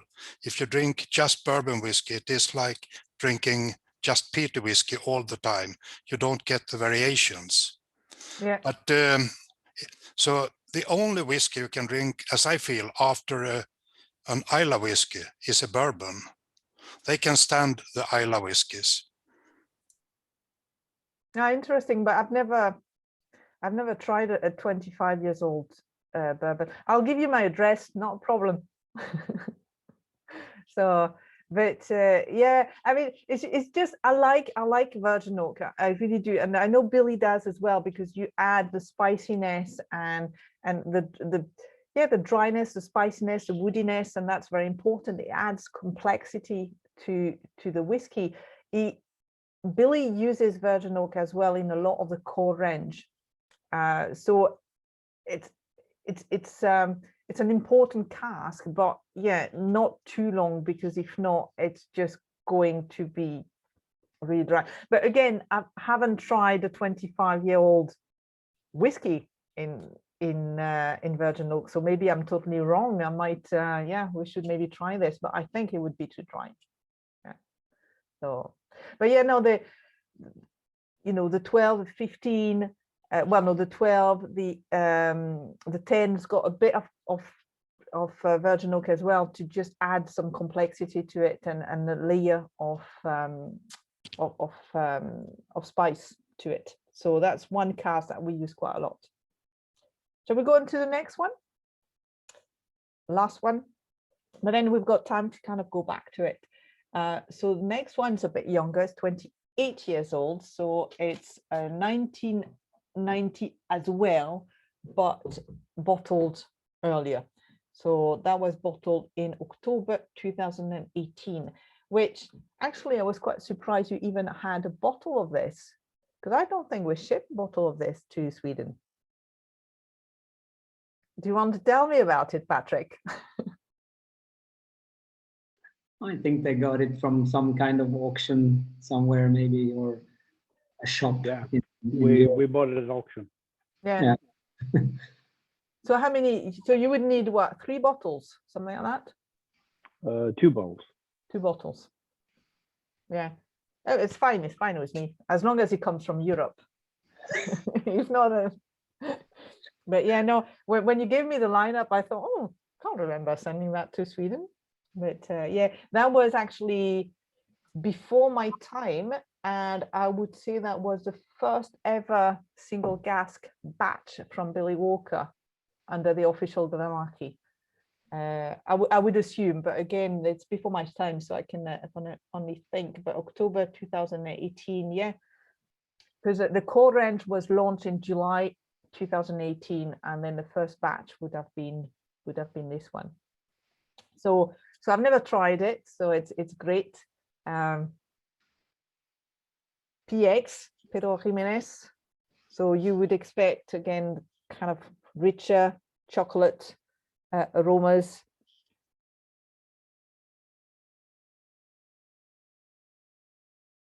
Yeah, you get the turron. I don't know if you know what turron is. The Spanish brittle nougat.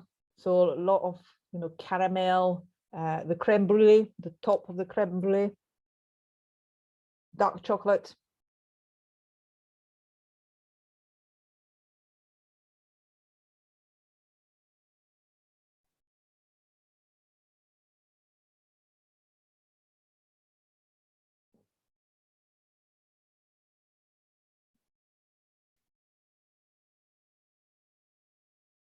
You can see my eyes going, wow. That was definitely the right order. So I'm glad of that. It's thick, it's mouse coating, treacle, syrup, yeah, syrup molasses, so treacle, blood grape, raspberries, 85% chocolate. I would go to 90%. It's a really rich dark chocolate. Rosemary. What does PX mean? Sorry, yes, very good question. PX is Pedro Jimenez, so it's a type of sherry, and there's different type of sherry.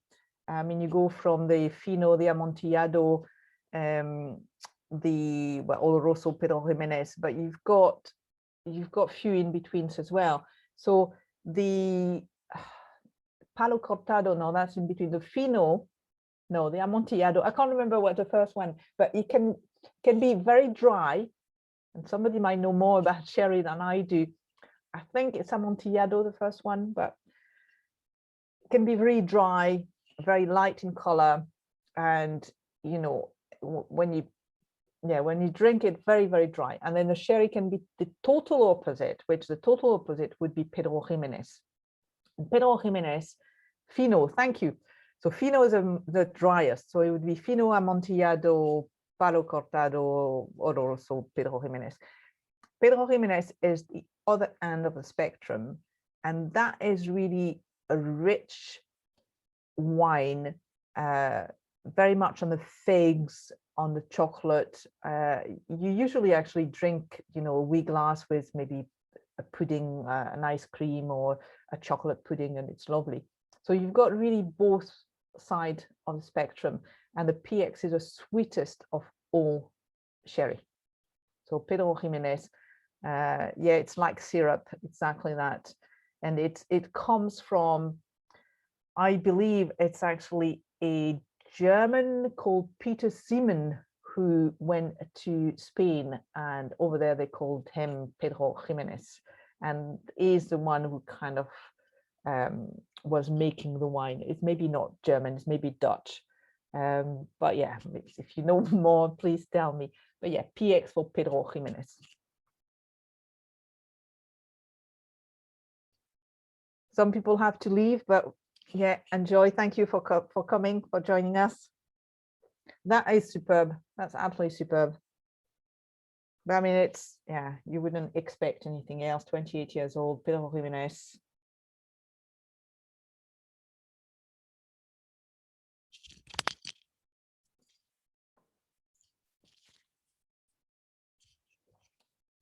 So good that my ears are falling off.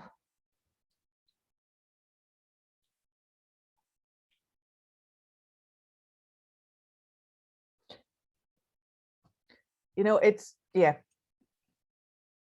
This is what Billy would say, it's a belter, but again, it's easy to be a belter when you're over 20, 25, 28, 30 years old, you would also have to think, you know, the first one we've tried, they are 11 years old and they were fantastic, and value for money. This is really, really good. But to finish on that, this is a treat.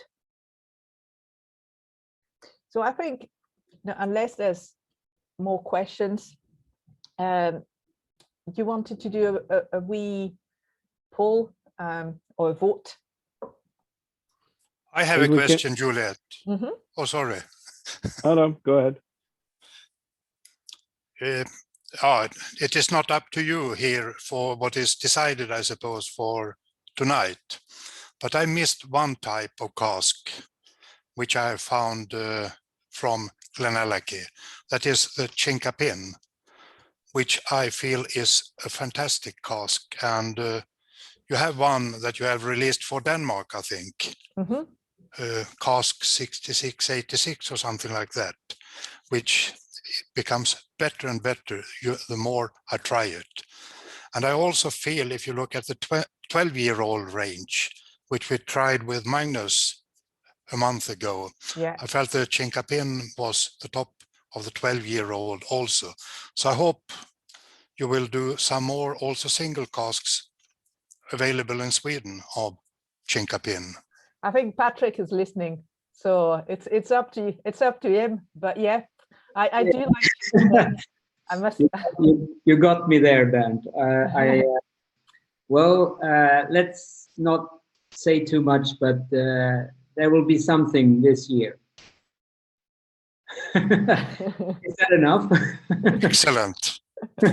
Yeah, no, Chinkapin is good. I mean, Chinkapin, for the people who don't know, it's actually a virgin oak, but it's a type of oak. So it's an American oak. It's a subspecies of American oak, and it's grown in Missouri on drier, more chalky soil, but it gives a really spicy licorice note. And I suppose also that's why you like it, the licorice, and yeah, it is bold. It's full on. It's lovely. It's lovely. So yeah, let's not say too much, but yeah, we'll make it happen. Sorry. So we have to see a Chinkapin bottle in Sweden during this year, as I understand. We're not giving dates. We're just saying we'll make it happen. Well, I guess you can figure it out, Bernd, on our expressions here, but there will be something. Yeah. And I think, Henrik, you wanted to say something. I just thought if we should take a breakout room before the polling. Yeah. 5 minutes. That's okay. That's fine. Yeah. I still have 7 glasses to finish, so.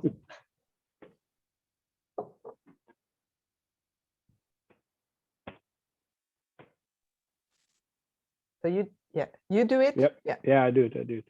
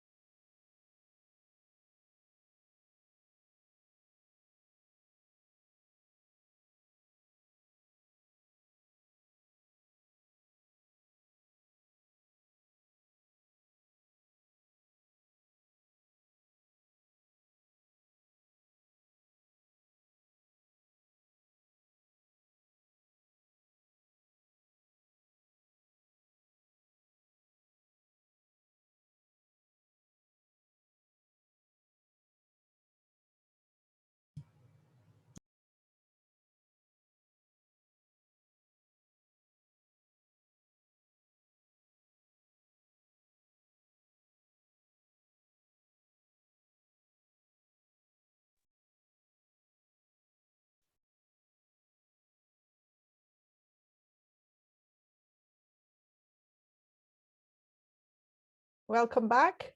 I don't know if anybody else is here. It's 57 and counting.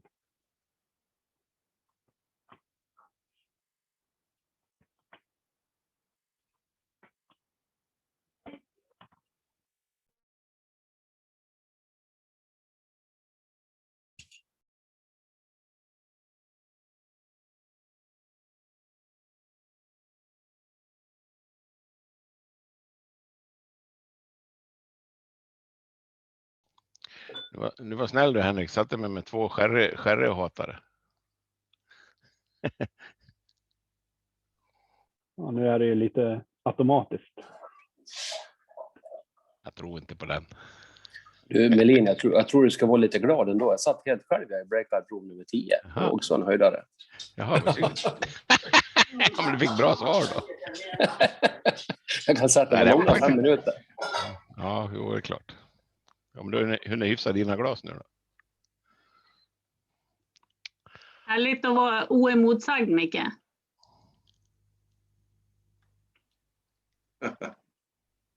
Han går igenom mycket.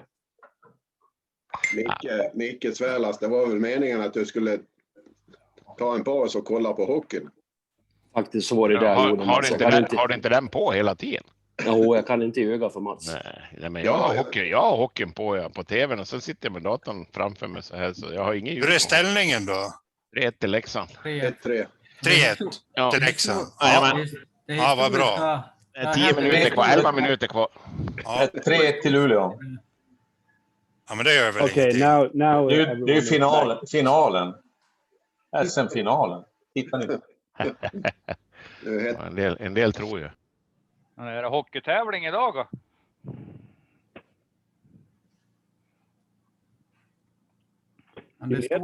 Det historiska har hänt att de dömde bort ett mål för Rögle mot Leksand. Det har nästan aldrig hänt förut. Annars brukar det liksom alltid döma bort mål för Leksand och för motståndarlaget. Ja, men vet, det har ändrat sig nu. Gunnar, om du flyttar till Dalarna då kommer du att känna den här känslan och draget över Leksand nu. Det är mer än 20 år sedan de var så här bra. Jag faktiskt såg på Leksand mot Djurgården i Stockholm för länge sedan med 4 djurgårdare och Leksand vann. Det var jätteroligt. Det kan jag tänka mig. Du kom hem efteråt. Ja då, jag bodde i Stockholm då.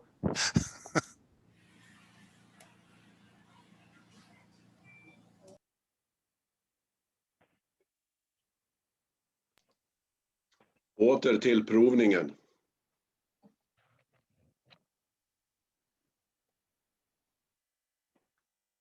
Hi, welcome back.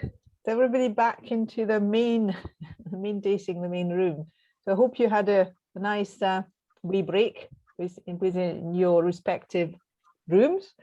I mean, unless there's any questions, you know, that you want me to elaborate on, any points you want me to elaborate on, I'll just leave you to your vote.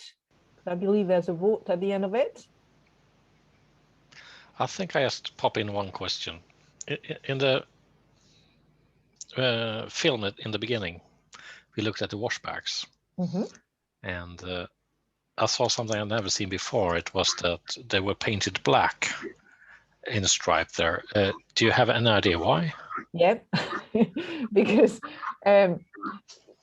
you know, it's funny that Billy, when he takes over a distillery, the first thing he does is actually call the painters. So when we took over GlenAllachie, and I believe he did the same with Benriach and Glendronach, it just tidied the whole place. So the washback initially were cream. He decided to have them painted in grey, so kind of stainless steel, but it's actually just grey paint. And after a while, there was a line because there was a bit of a drip from the top, and that bothered him. And we painted it black so that we couldn't see the mark. So now when it drips a bit, you can't see it. That's why there is, yeah. So it's just paint and it's just aesthetics. But you believe that if you work in a nice environment, something that is being looked after, then you're proud to actually work there. And he's right. So, but excellent question. Okay, thanks.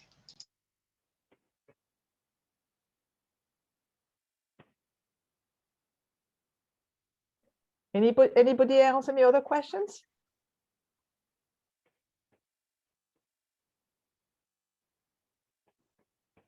Now I'm back. I think I yeah. have a question. You maybe have answered when I was away for a... Pull down the mic, Bernd. Pull down the mic. Yes, sorry. Oh, better. You talked about Systembolaget in the beginning, and are you getting undressed? you found it as some kind of problem, which I understand. Systembolaget. Yes. But come to my question. Are you working hard to get a listing in the ordinary assortment? Yeah, that's a question for Patrick. He's the one dealing with Systembolaget. No, but to answer your first question, although it wasn't a question, do I find them hard, difficult? I find it challenging because in most other countries, there's one person to decide, and that's the importer. Right? In this case, if you really want volume, you need somebody else to decide. And this is a buyer for Systembolaget.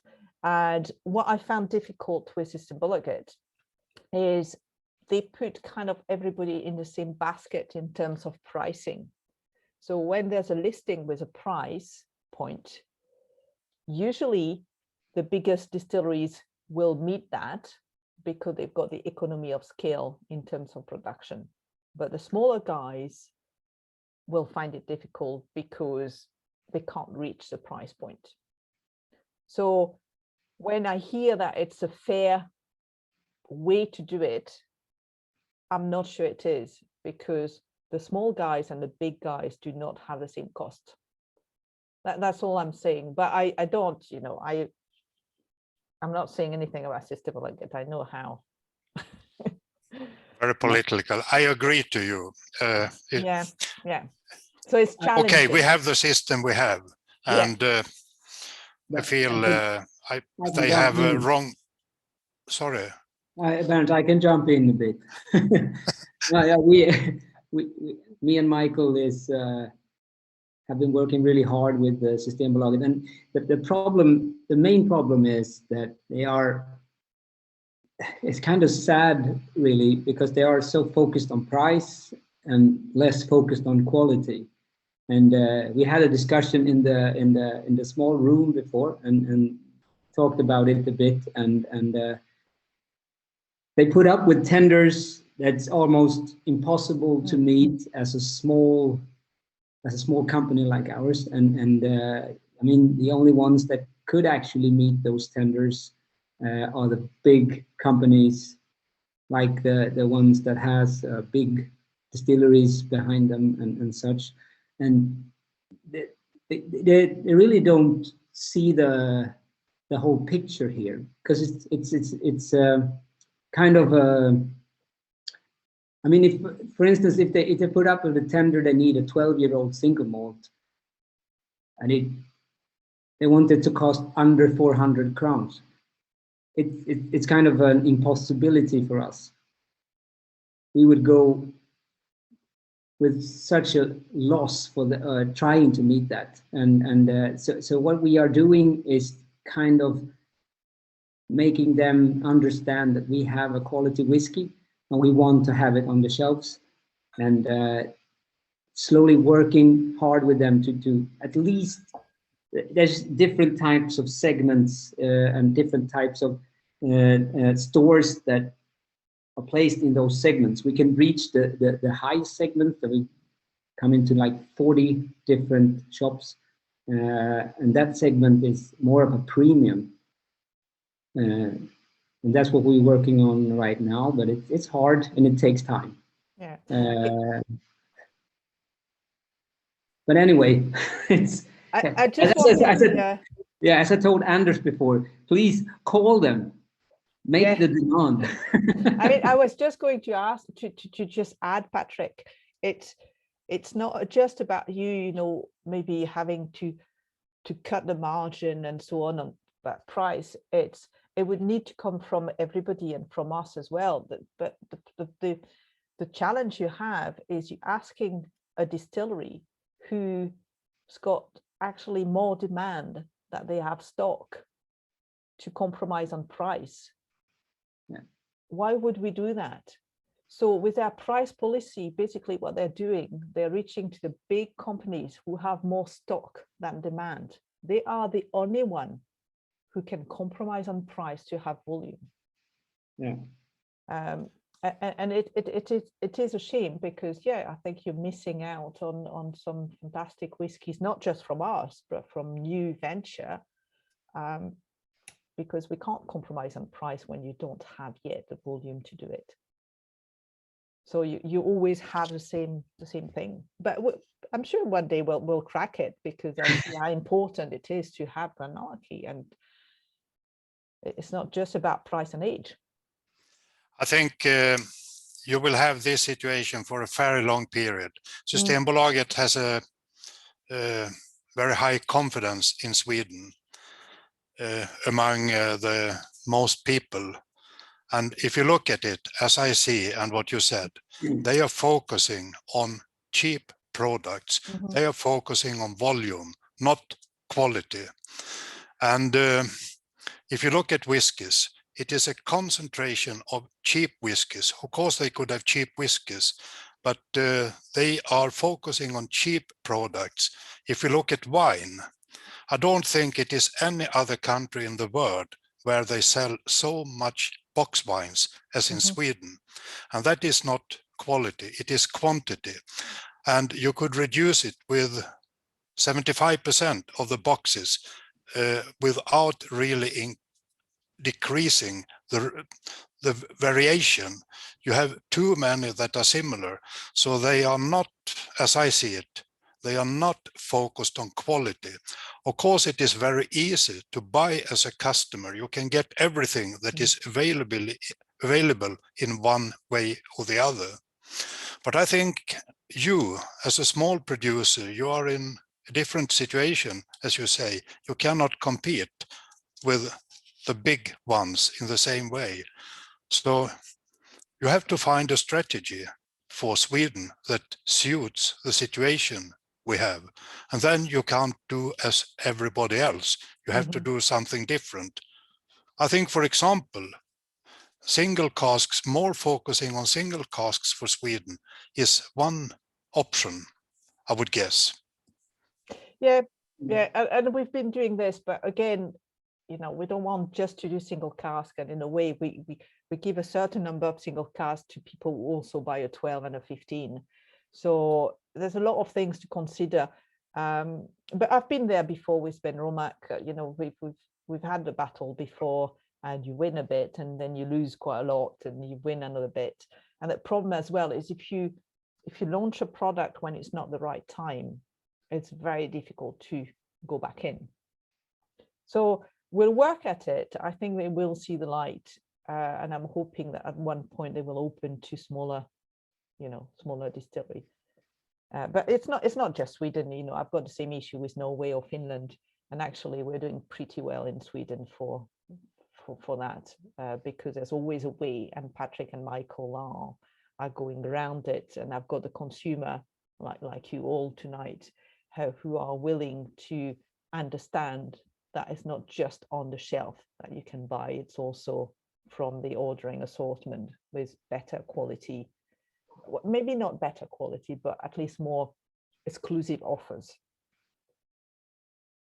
I feel it is a disaster, while GlenAllachie, as I feel it, is one of the most interesting distilleries at the moment. David will see the light. We'll make sure of it. We're working on him. Yeah, we will see the light. We have to work harder. And you have one thing I have to put out here is that we have to. The one thing that we need to understand is how the Systembolaget, the philosophy they have and how they are working, because in the end, I heard about this tender for some time ago. They did put out a tender on beer, like a light lager beer, and it said it could cost more than 7 Swedish crowns. And in my opinion, I think there's might be 2 or 3 actors in this country who could meet that tender. So it's kind of a, I don't know, maybe they want them to produce it, or because no one else can, and I think that's counterproductive for their you know their assortment and their way to present the products. I mean, they have this reputation of being the largest retailer in the world, and if they're going to stick to that reputation, they need to look at quality more than price, and maybe something will happen in the future. I hope so. Yeah, so do I. So do I. You should make a petition. Start a petition, Bent. Yeah. No, I'm too old for that now.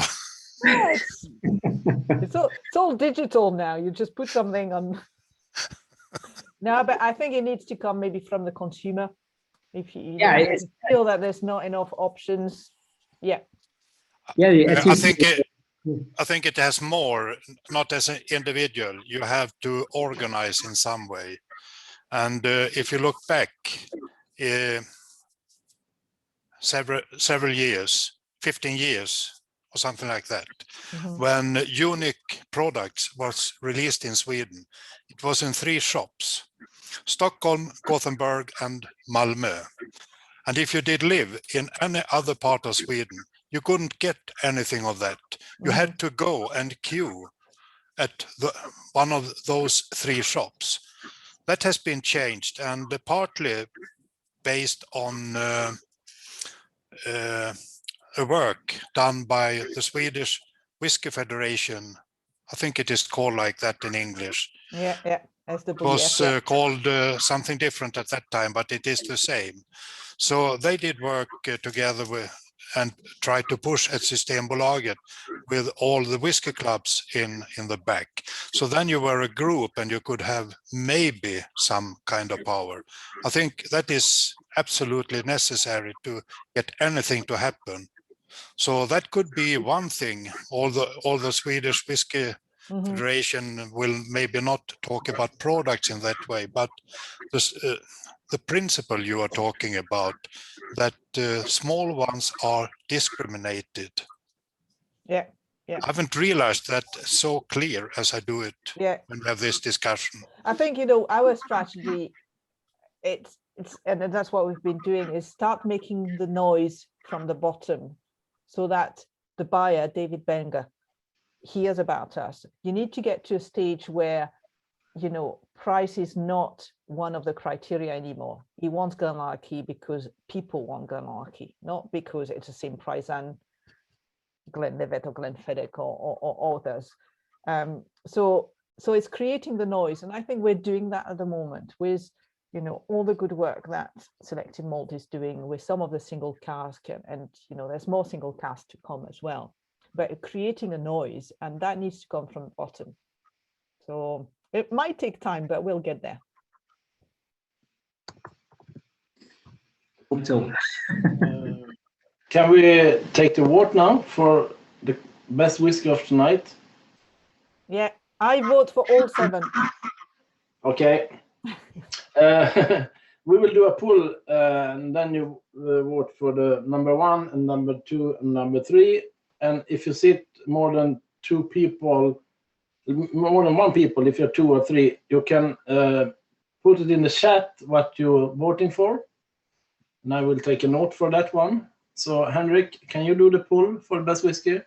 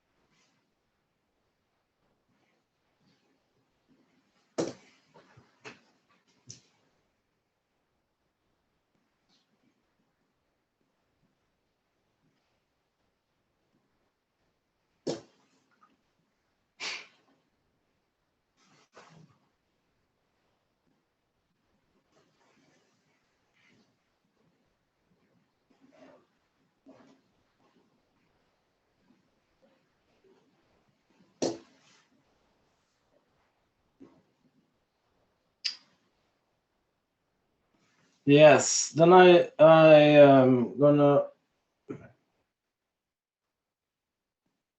You can talk more about the Systembolaget now, and then I will do the counting for the votes.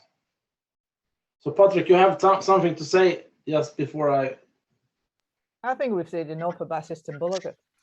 Yeah, so I feel so. What is the future you are planning in GlenAllachie? We've got plenty new products coming up. Again, I can't tell you too much about it. And yeah, keep on going. I mean, not much more than that. But as I said, we're going to do new product, but also rum. We're talking about maybe having a bottling line of our own. That would be fantastic. Because bottling has been a bit difficult at the moment, especially with COVID, when you don't control everything. So we're using a third-party bottling plant or bottling line, but they have less staff now than they had before. If somebody's got to self-isolate for COVID or so on. So we've had a bit of issues with bottling. But yeah, we're working on different projects. We are actually currently making a car park for the visitor center so we can welcome more of you. So it just never stops, never stops. No, I could jump in a bit. Maybe tell you something in Swedish, if it's okay. Yeah. Vi har ju lite roligt på gång framöver här med GlenAllachie. Jag tänkte kanske jag kunde ta den snabba versionen innan vi kör resultatet om ni vill.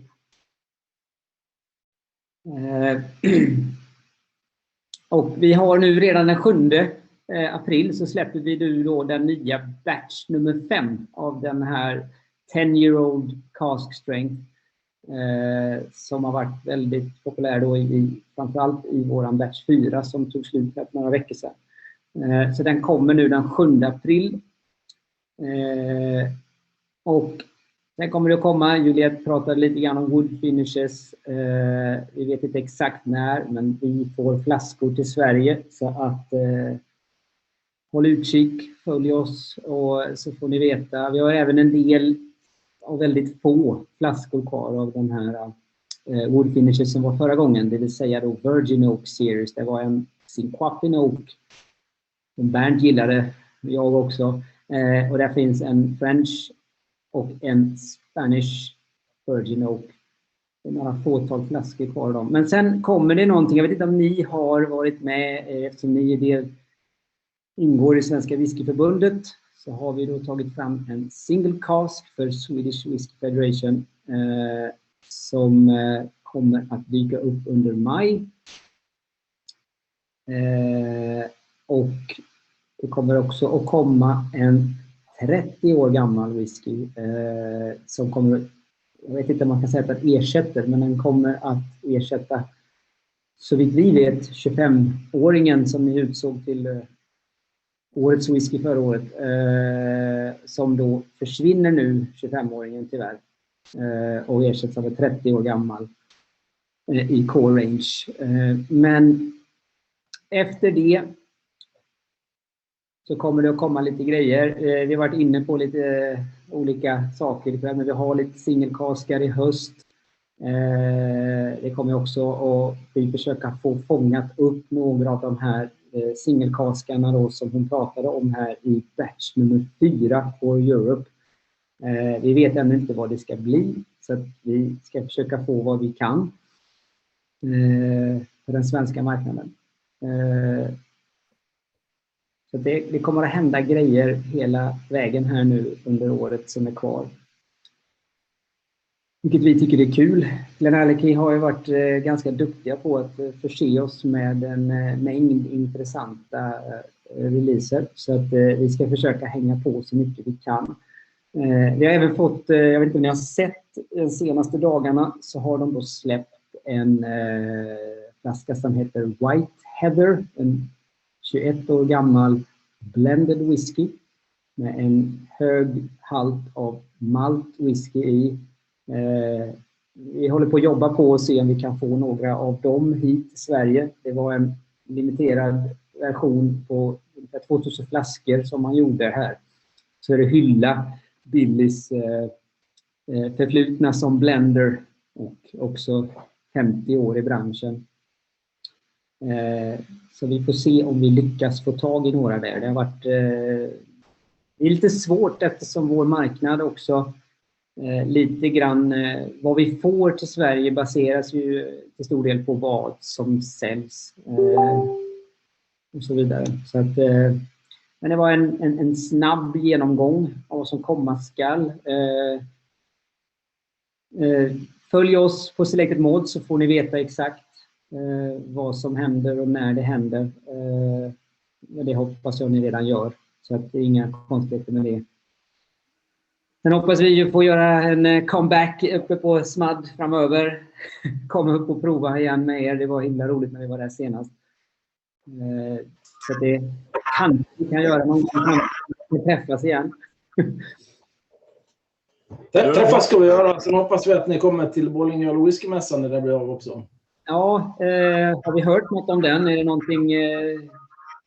några nyheter? Nej, det kommer, man väntar lite grann, men man kommer troligtvis att gå ut med en inbjudan till er importörer. Då, så att inte bara för att man tror att man ska kunna köra i november. Då, så att, ja. Men det kommer jag återkomma. Ja. Och då får man också ta med sig utländska gäster om man vill. Det pratades om rom, tror jag. Var det någon romfatswhisky som skulle komma från GlenAllachie? Ingenting jag vet här nu på rak arm.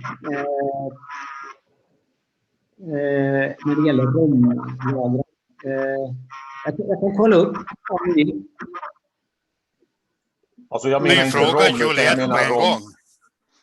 Ja, Juliette borde veta. Jag pratar inte om rom utan om rom. Are you talking about rom? Yeah. You see, my Swedish is excellent. I know exactly what you're talking about. Yeah, we're doing rum. So obviously we're not producing rum. We're buying rum and we are maturing it in Scotland. So it's going to be a dual maturation, this kind of tropical maturation and then Scottish maturation. One of them will be in, and you'll love this one as soon as I say it, one of them will be in a peated cask. So we're just playing up.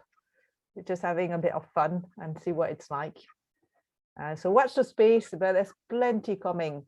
And it's just the beginning of a journey for GlenAllachie, or the GlenAllachie Distillers Company. It's an exciting journey, and I just hope and wish you can be part of it. So a lot to look forward to. Okay, exciting. We got the result for the best whiskey of tonight. Yeah. And yes, what do you guess, Juliette? Well, that will be 1990 PX. 1990 PX. It's correct. Yeah. The best whiskey of tonight on first place is the 1990 PX Buchan, glass number 7. It got 117 points. And for the second place, it's glass number 5, the Oloroso 2005. It's got 83 points. And for the third place, it will be glass number 6, 1990 Virgin, 30 years old, for 61 points. And for the fourth place, it will be glass number 4, PX Buchan, 2009, for 56 points. And for the fifth place, it will be glass number 3, 2008 Madeira cask, for 26 points. And for the sixth place, it will be glass number 2, the Moscatel, for 16 points. And for the seventh place, it will be glass number 1 for 13 points. Yeah. Yeah. I suppose, you know, yeah, the bourbon is the lightest, and yeah. And what has the club paid for all the whiskies, you wonder? For glass number 1, the bourbon, we have paid 1,117 crowns. For glass number 2, Moscatel, also 1,170 crowns. And Madeira, the same price, 1,170. And for glass number 4, 1,078, 1,078. And for glass number 5, Oloroso, it's also 1,170, 1,170 crowns. And then we come to the expensive ones. Glass number 6, 1990 Virgin Oak, 4,019 Swedish crowns. 4,019 Swedish crowns. And for the winner of tonight, glass number 7, P Expansion 1990, we paid 4,397 crowns.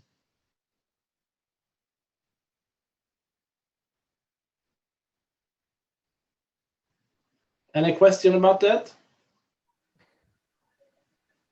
It's a bargain for number 7. Yeah. Yeah, but number 7, you have to go outside Sweden. Yeah, we bought it in auction, at the auction, and glass number 6 we bought in Belgium for this tasting. So the other 5 we bought in Sweden, the first 5. Yep. There's plenty coming up, and just keep an eye open. Yeah, you will. And you know, Juliette, everyone who has a tasting with SMAD, they will get one of these. Got it. I send you this one. Yeah. Yeah. Oh, you get one. Yeah. Ah, Yeah. I send you a message. Yeah. I'm coming with my horse. Yes. So that's it. I'm leaving with my horse back. And I already have a family of 4 that are horses. So that's my new one. It's fantastic. That's good. Yeah. That's good. That's good. Well, thank you very much for that. Yeah, it's very much appreciated. Yes, and anybody who has some more question to Juliette or Patrick as well?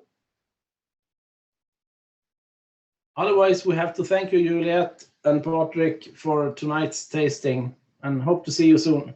Yeah, it was a pleasure to be here. Thank you for inviting us.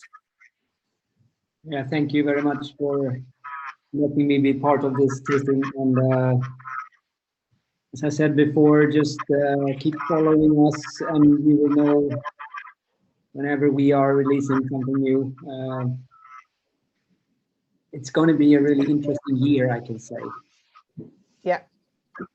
So I'll just finish with one last word, and then I'll leave you to it. Just tack så mycket. Tack så mycket. Tack så mycket. Bye bye. Bye bye. Again, thank you very much. Bye bye. Bye and thank you. Bye bye.